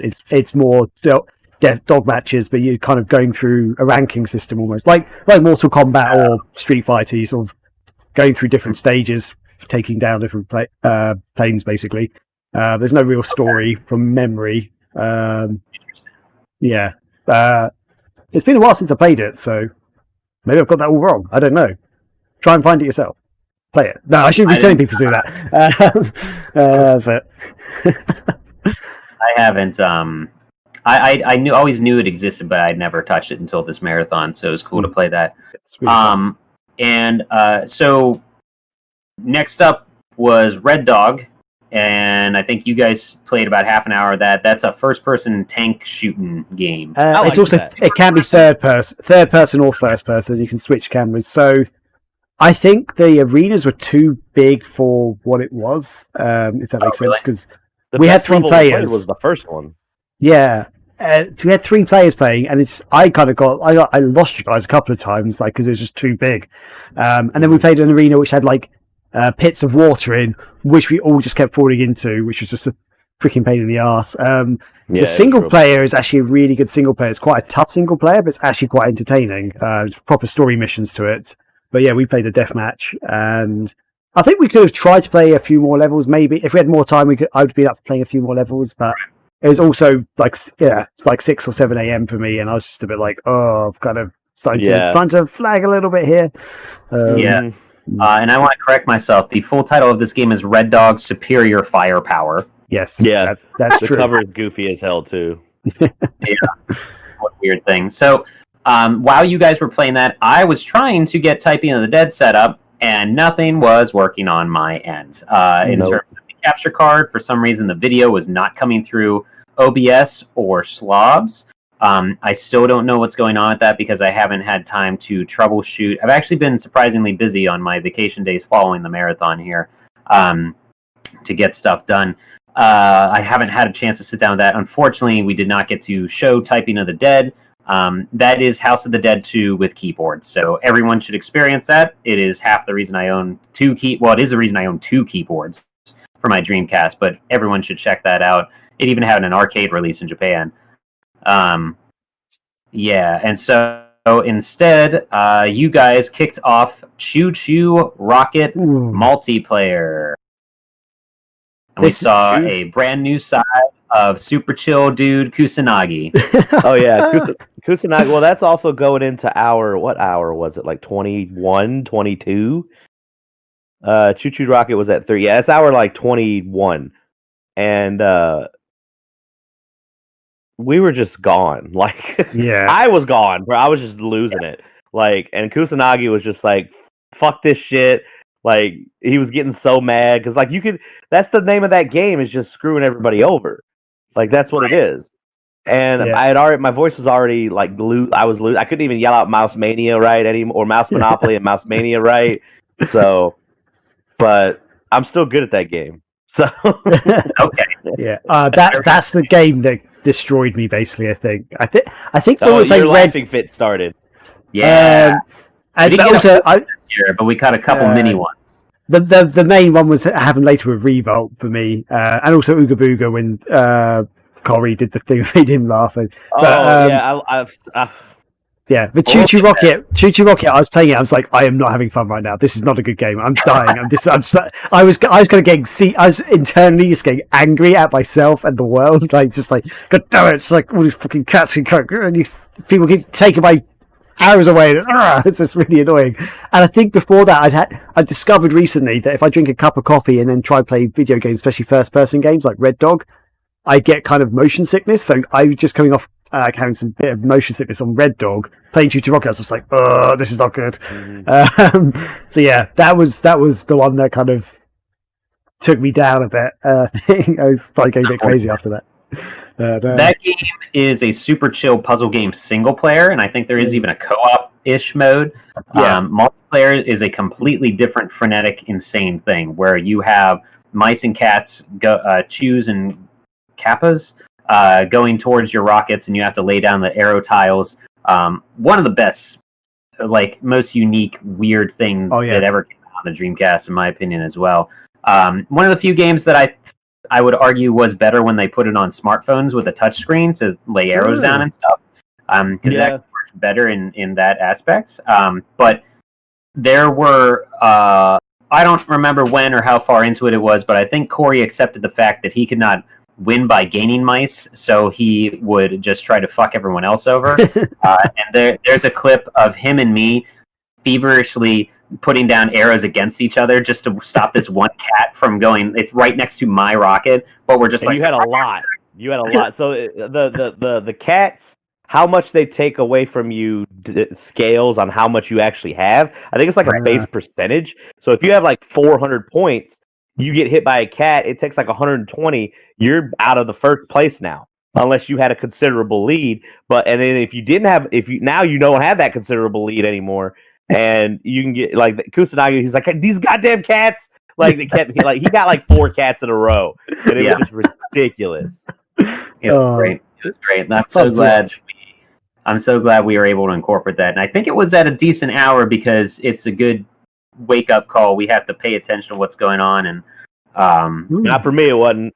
Yeah, I guess Ooga Booga was just like that was next. Okay. So for me, this is the first time I've ever played Ooga Booga. I'd never played it before. I've seen a couple of videos online of it being played, but never played it. And that first, what do you call it, like the Rocket League style one, where you're playing ball polo, I hated that. But then we moved on to the other roads. I was like, this is so much fun. But everyone else seemed to be really not enjoying it. So we kind of finished it a bit earlier than we should have done. But I really got into that. I was thinking, I want to play more rounds and different levels and stuff. This looks great. I zoned out, and I was just so tired. I was kind of falling asleep. And then the one thing, like, I was mad because I didn't like the game. And then Kusanagi goes, I wonder if there are up to that because so the boar polo thing. It's soccer, but you do better when it's a tropical witch doctor kind of theme with characters, and you hop on these wild boar to shoot the ball or bounce the ball better, and they're more powerful, so the ball goes flying further. And then the next mode we tried was just a third-person deathmatch kind of thing, where for some reason there was a wild boar running around there as well. And then go ahead, Corey, Kusanagi randomly set amongst the. Well, Kusanagi goes, I wonder if there's more boar-related modes. And it got me. Like, I was like, what did you say? And I lost it. I was laughing. I was tired. I thought he was a sarcastic asshole, but he was legitimate curious. Yeah. No, yeah. And I was just, and then we started calling people boar whores and all that stuff. So that was my moment where I lost it. And I was just like, what the fuck is this game? And then, like, I was like, we don't want to play this game anymore. So then we went to Revolt, and then that was a shit show. Oh, that's what made me lose my shit on Revolt. Yeah, like Revolt. I will say I did not have fun only because the second player screen was not working, and so I had to plant myself in a corner because the frame rate was janking so sporadically that I was legitimately getting nauseous trying to play the game, so I just shoved myself in a corner so that everyone else could play. But yeah, I'd say that I feel like the racing on that wasn't the best, but it's when you guys started doing the single player stunt track mode, and Scotty, you were trying to do stuff. He's losing it now. There was one point where there's this little ramp you had to go up. You were like, at this point you failed at so many things. Like, tried to do this loop the loop, you kept failing. And there's this little ramp, like a little ramp. You just wanted to like just go up and go off the ramp to have just a bit of fun. And you like proper like angling up, getting it all lined up. You basically went forward and went. You just like yeah. I couldn't contain myself. It was so funny. That's exactly what happened. I was fucking over it. I'm just like, this is a bad game. It's not that I'm not having fun. This is just a bad game. No, I think the game is fine. It's just play it when you have some sleep. The music in that game is really good. Yeah. So, no, it was just unfortunate where it was timed at. Yeah. So maybe we'll try to fit that in somewhere else in later years or something. I think, did we try to throw another game in before we got to Virtua Tennis, or was that it? We went from Revolt to Virtua Tennis. I think that was it. We went to Virtua Tennis. Okay. No, we tried Rush.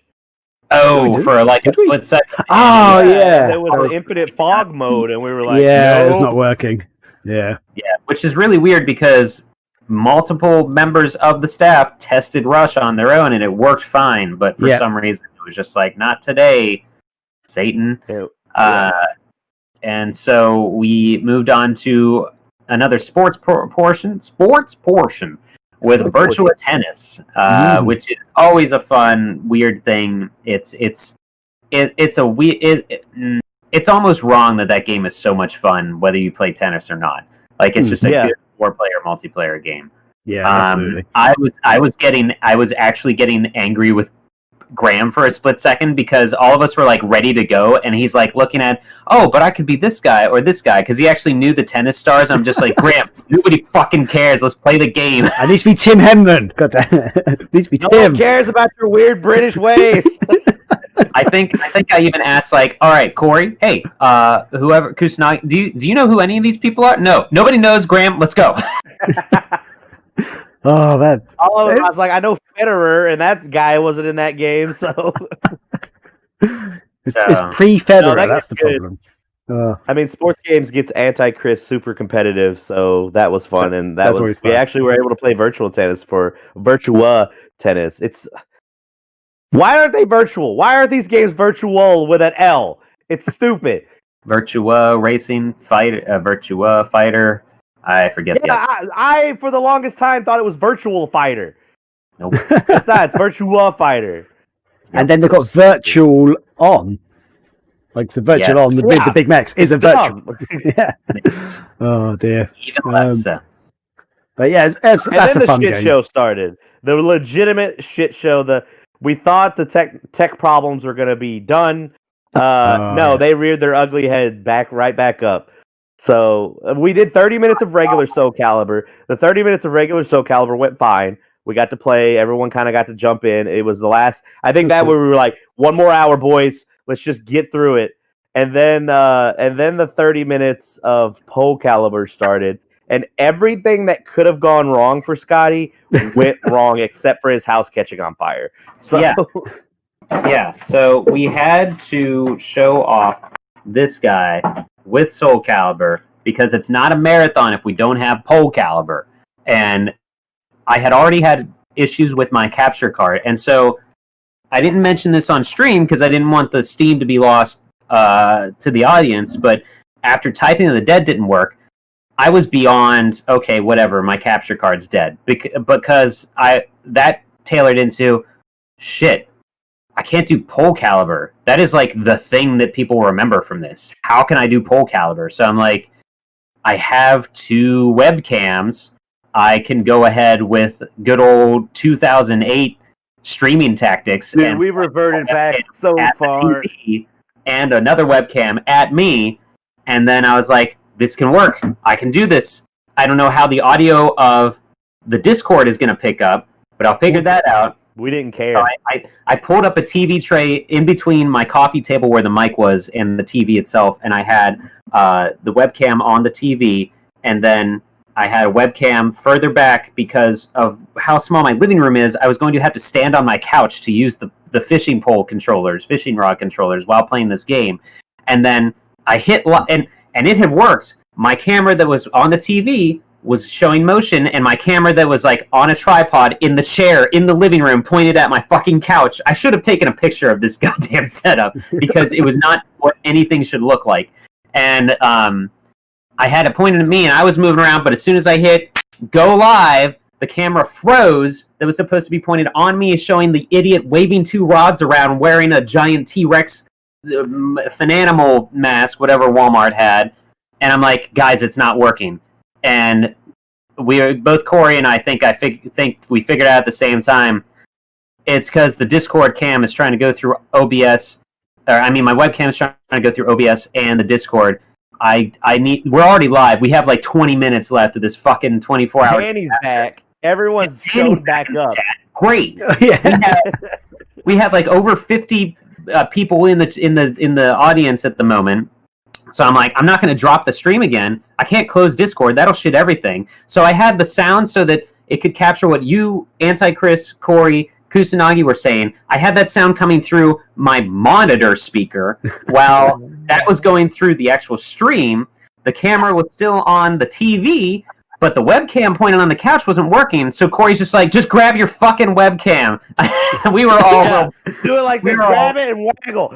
Yeah, we were beyond punchy at this point, and I'm just like, God damn it, nothing's working. It has to end adequately somehow. So it was even more funny that it was a dumpster fire, more entertaining, because I grabbed the webcam, and I'm like holding it at arm's length, trying to waggle, trying to get the TV in the view as well, and I'm like, this isn't working. Okay, I'll set the camera. The camera was masking taped to the TV tray. I'll untape that. I'll push it a little further away, and I'll just show that I'm waggling the rod while I'm in front of the game, like feverishly pressing the start button. This was after I had the camera just on me on the couch, waving the rods around, and so we're like, this is just in TV garbage. Like, there's one camera pointed on the TV and me and the controller and everything, and my face was just like, periodically in there. Why don't you? And also people got to see me in real time, like take the webcam portions of Discord, kind of crop that, push that over. Okay, thankfully you're all lined up. It was the worst cropping ever.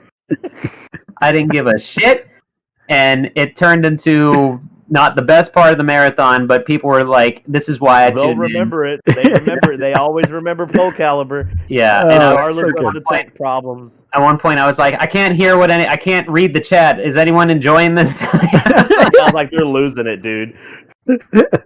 And the chat did lose. It was fun. They lost. You guys want to describe how you saw that from your point of view? I mean, you just did it.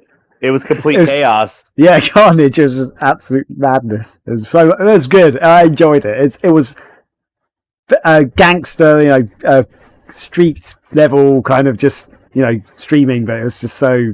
It was raw, dirty, and disgusting. Yeah. And I'd pay for the game. Anti-Chris was getting angrily supportive with everything getting set up. He's like, no, you fucking turn that camera around and point it at you right now, bitch. Get everything. Yep. That's Anti-Chris. And he's like, this is how it started. This is when stream cards were $5,000 and nobody was doing this stuff. This is where it all began right now, right here with this crap. It's so true.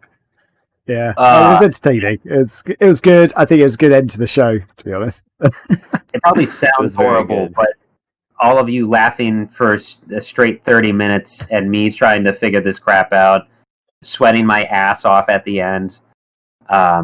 Boy, howdy. That was not my favorite part, but that was a good part of the marathon. Now that we've discussed the whole kit and caboodle, do you guys want to mention maybe what your favorite part was of the whole thing? If you want to go first, Graham, you can, unless you don't have that. The few highlights that stick out for me are Tokyo Bus Guide. I just love that game. I think it's one of those games that playing it once even just playing once a year is just really good. I really liked Ooga Booga and Dynamite Cop. That was just fun at the start. After the sort of train wreck of Sonic Adventure and Hydro Thunder, we got into Dynamite Cop and we started playing, and it's like, oh, this is actually really good fun. Things are starting to work now. The frame rate was smoothing out, and it was just fun because we both hadn't really played it before, so we were just like, oh, this is great. So I think those are the highlights for me, really. It's very entertaining, and also you just hitting the ramp of just. But yeah, Ooga Booga, more Ooga Booga, I'd say. And Propeller Arena here with that. I really the reason that we have that game on there is 2 years ago we actually took my Dreamcast online. TJ brought his Dream Pie setup, and we actually played Choo Choo Rocket and Ooga Booga online with some of the Dreamcast Live community. And that introduced me to Ooga Booga, but I think that was 2-player split screen. So that game it should not be split into 4 screens because you do not have a right stick to control the camera. So it is a lot better when you can actually see stuff going on. So I imagine that game is a lot more tolerable if you're playing single player, or single screen, but online with people, so that you can actually see the chaos. So it is a fun party game. But I think that's one that should be played online rather than split screen, I will say. Because what led to that, we played it online, and no joke, a couple months later, I was able to find that, and I bought the game as a result of playing that game. So, yeah. What about you, Corey? I mean, everyone's reaction to Illbleed is great. Yep. I didn't even know about it until afterwards when you took a screenshot of the chat. But I didn't know that that's what they were all saying because I was focusing on the game. I was trying to get it done, and I got it done. Even watching the intro and all the cutscenes, we were able to get it in an hour. So that's good to know for future stuff. But it was just to be clear to the audience, not the full game. The full game wasn't done in an hour. Just the first. No, just the first chapter. Yeah, just the first chapter, and. That Dynamite Cop was cool because that's another game. I'm just like, oh, that's a new game that I want to check out now. And Daytona, because I was just losing my shit on announcing everybody and all that stuff. So, and then Tokyo. I think I like Tokyo Bus Guide more than I liked Crazy Taxi, just because we were so hyped and trying to make sure everyone's like, is that that's a 5, right? I was like, that's a 3. They're like, fuck you, that's a 5, that's a 3, and all that stuff. So, but no, those were probably my highlights of that. Everything else, the platformers that I played, they were just kind of chilled.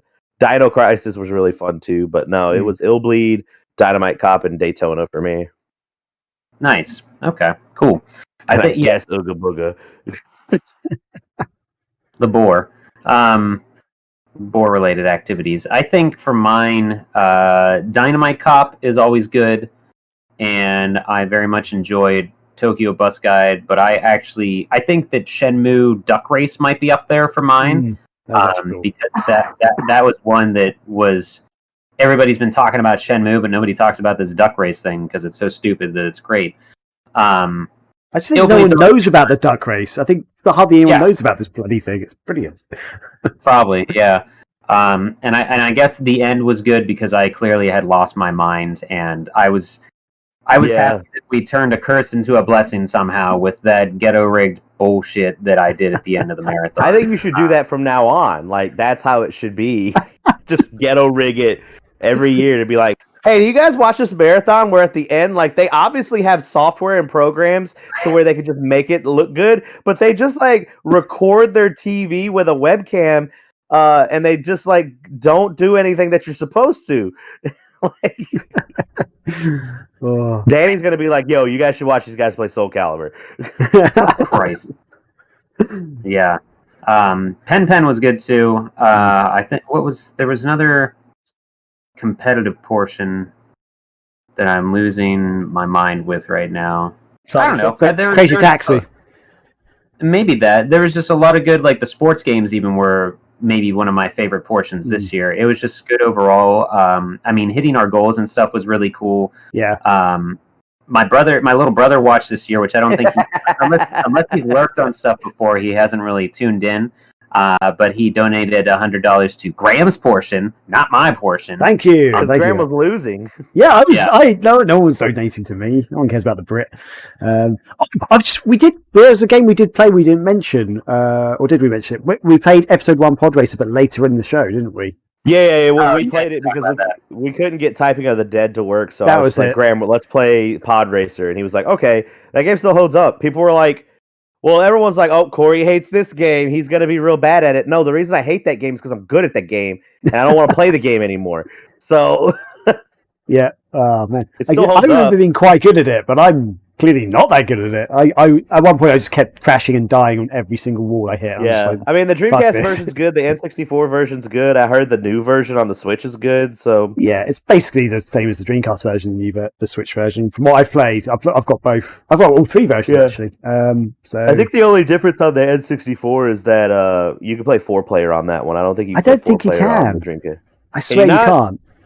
I swear I played it with maybe you can't. Yeah, I've got a feeling I played it with my friends, and we were like, "Oh, it's only 2-player." And the Dreamcast version has music throughout all the whole of the tracks, whereas on the N64, the music only kicks in on the last lap. Yeah.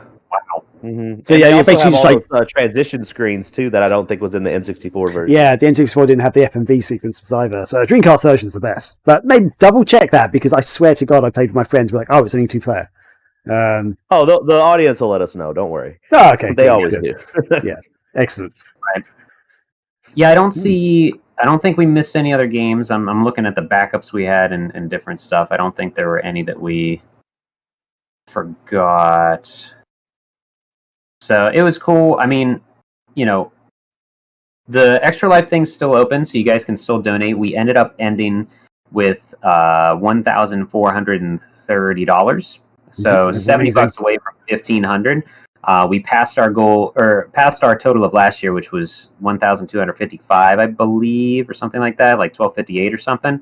And which is phenomenal and awesome because, one, we're playing fucking video games and somehow raising money to help kids in need, and 2, during COVID and everything going on right now, we did not expect people to be willing to give more money. We were trying to keep in mind different things going on that we set the goal at 500, and we're like, let's just have fun. If we hit that, cool. If not, it's not a big deal. We're still doing it for a good reason and everything, but we frickin' smashed it, which was awesome. That's awesome. But that is open until November. I'm not sure the exact date of Extra Life Day this year. We might be streaming on that day as well, depending on 24 hours though. No, not another 24-hour one. But we'll be on throughout that day probably. I don't know. In previous years, I've done something on the day that the Saturn released in North America, because that's also in November. Might do something with that. Not sure yet. Really depends on where my setup is and if our game capture card works. but it's good overall. And what we would like you guys to do is let us know what games you dug, maybe what games you'd like to see, maybe portions of games that we didn't know existed, like who knew about the duck race, who knew about I don't know what else, other stuff I'm sure we could have done. Yeah, who knew about Ilbleen? Let us know what other things we might not know about.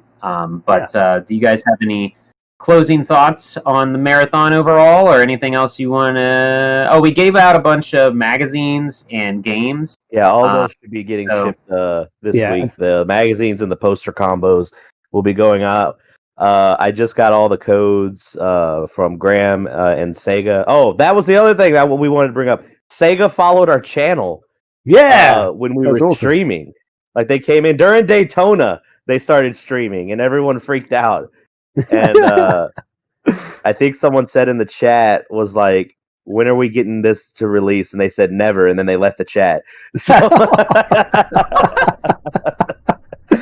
oh dear, but yeah, man, thanks for Sega for providing us with the Steam codes that we got to give out. Those are getting distributed. I'm contacting everybody. I've got about half of the winners taken care of on those. There were multiple people that won multiple codes, and I think we didn't give away all the ones we had, so we had some extra codes. So maybe on some streams coming up on like TNTs or something like that, or the Friday ones, we can give away some codes and just get rid of them, because I don't need them. I have all the games that we have the codes for already. So yeah, and I think even though it started off with massive technical issues and stuff, and ended with technical issues, you saved it, Scotty and Corey. You both basically saved the day. It started badly, ended rough, but it was so much fun. Like throughout the whole thing, basically, just that first hour was a bit. The rest of it, brilliant, and the ending was just beautiful. Little cherry on the cake, cherry on the red velvet cake there for you, Scotty. Yeah, gops. It was. I much rather. I hope the world is in a different state so that we can do this in person next year. Yeah, definitely. I think in person it's more fun for us. But I will say that this year went by faster. Like, yes. I remember, like at one point I was like, okay, we're playing. What was that? We're playing Tony Hawk, and then the next thing I was like, oh, now it's time for Illbleed, and then it was like, oh, we're like 2 hours away from the end. And then those last 3 hours, I was just like, I want it over. I said it to Scotty. I was like, hey, we made $1,400 already. We could end the stream now. And you were like, no.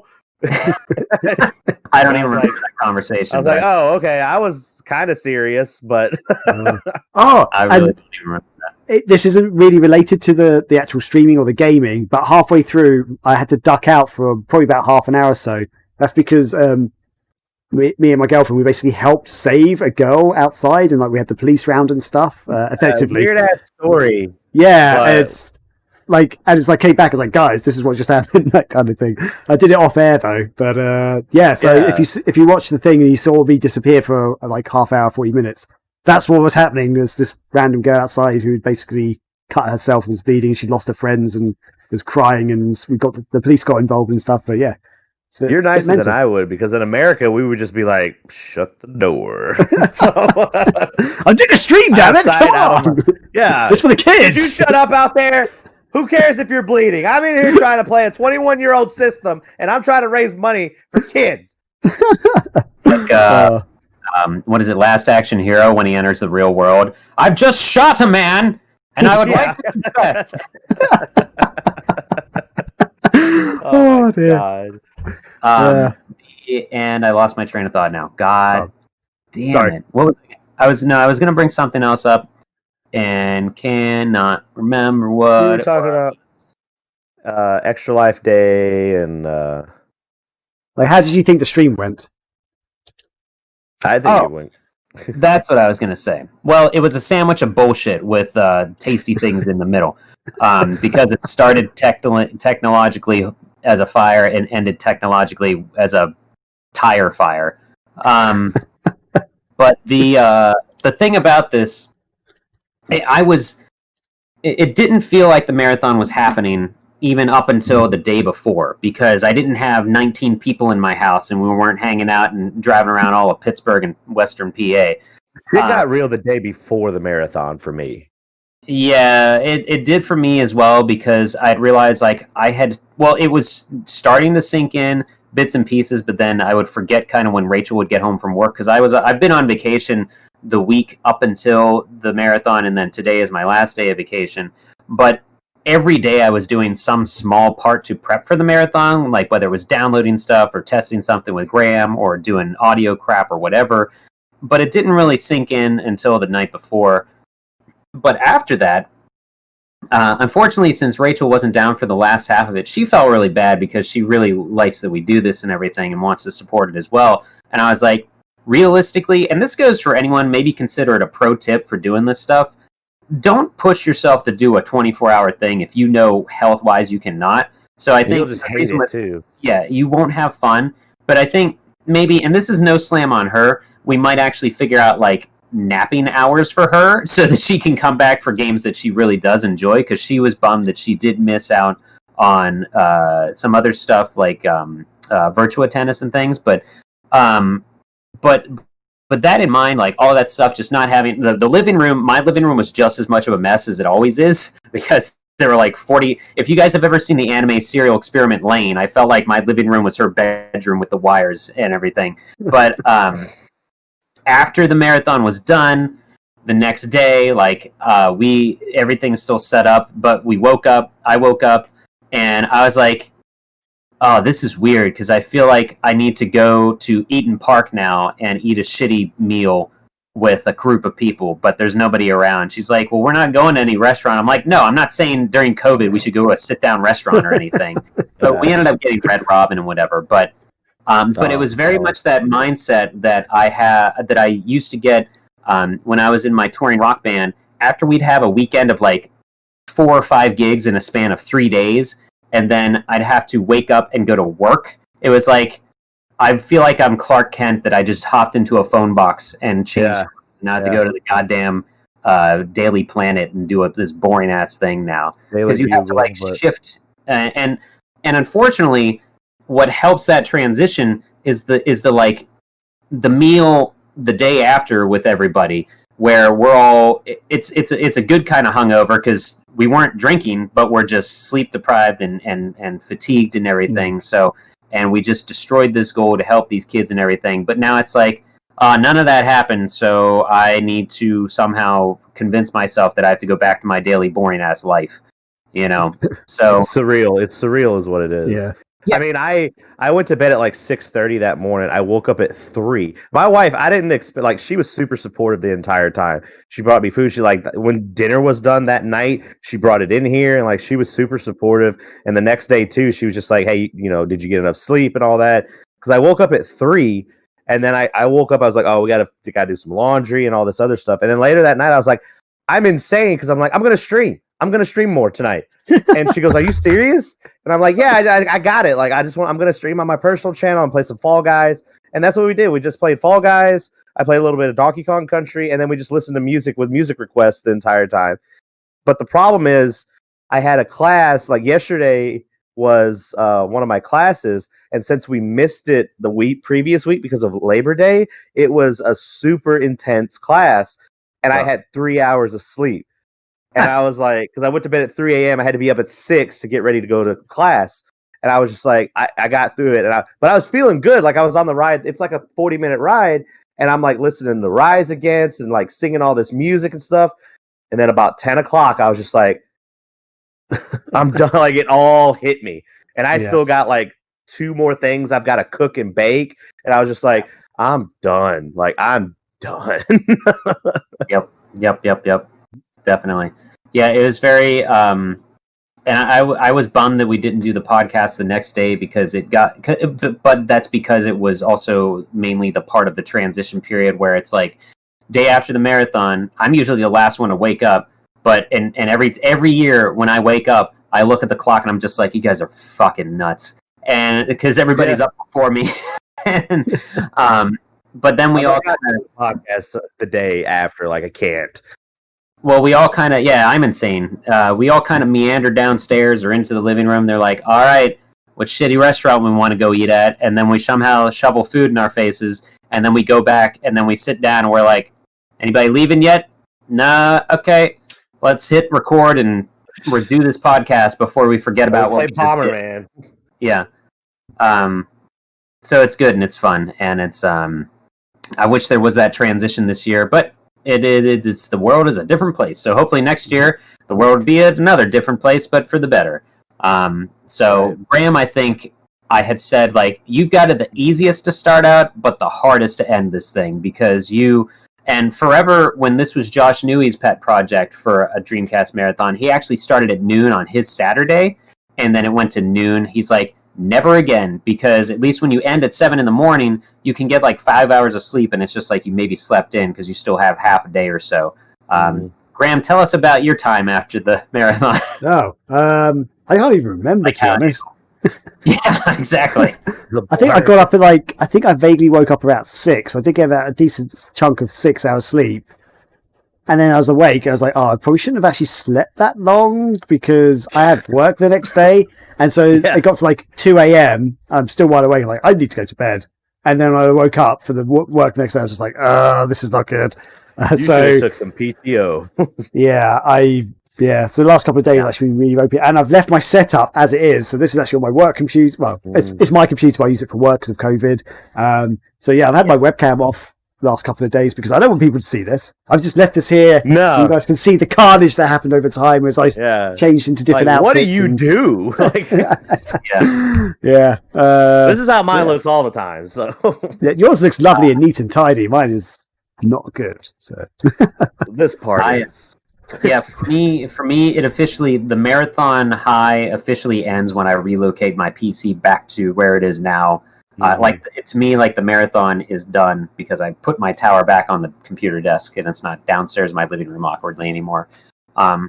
Which is unfortunate because Rachel and I played a couple of games that are only on the PC through Steam and stuff that we bought to play together because we're never going to sit up here in the game room and play them together. So it was cool having it down there a little bit, but that's like the staple or the end punctuation, bringing it back up to the office. But yeah, that's just about all I have to say about it. It's such a good time. It's so fun. It's really fun because it forces all of us in our adult lives to sit down and just play games with friends that we don't get to do anymore. Unfortunately, unless we schedule a time to. It's like every Saturday afternoon we had growing up, So I think that's what's part of the joy of it as well.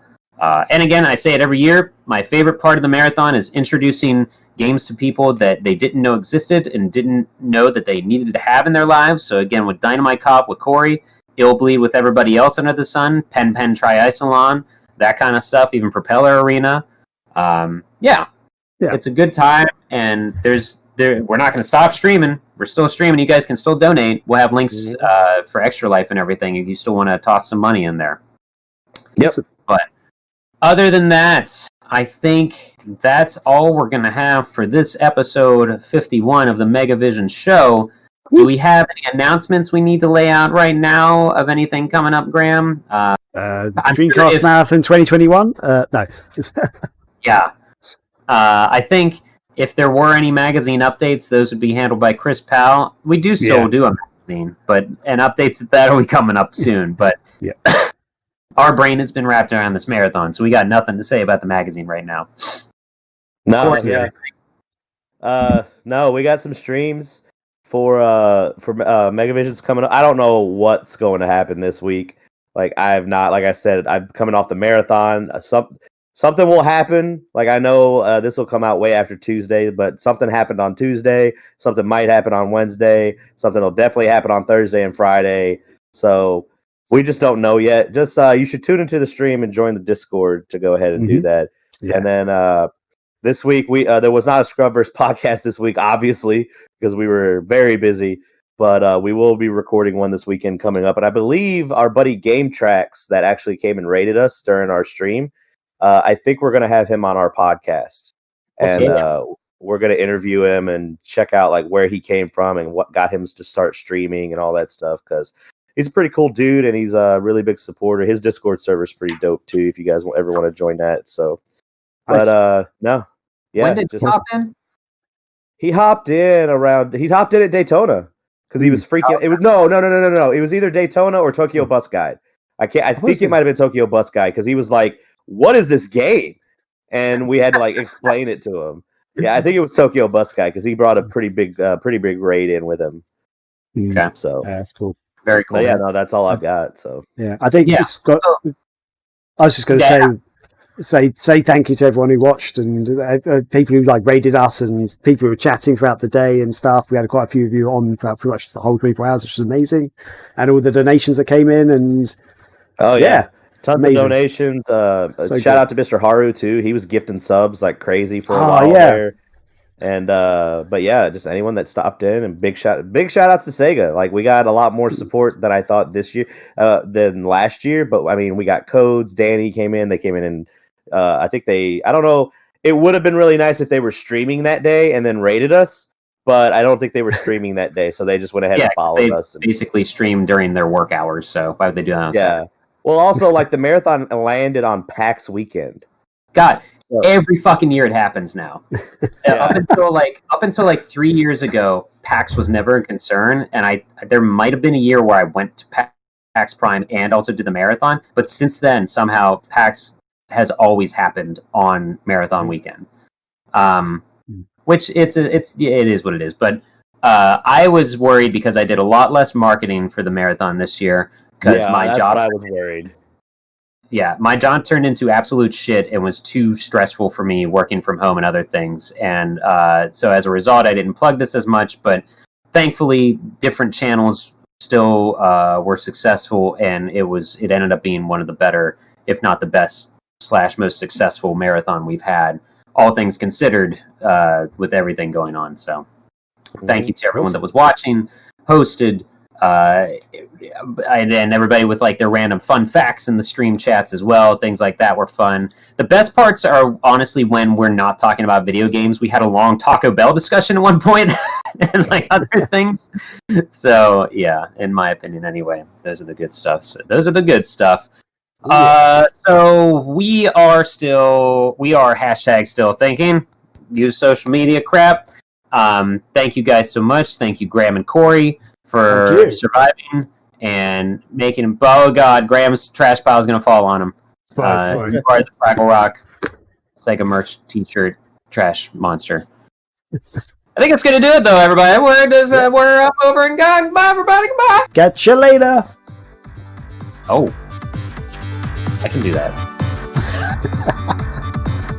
See ya.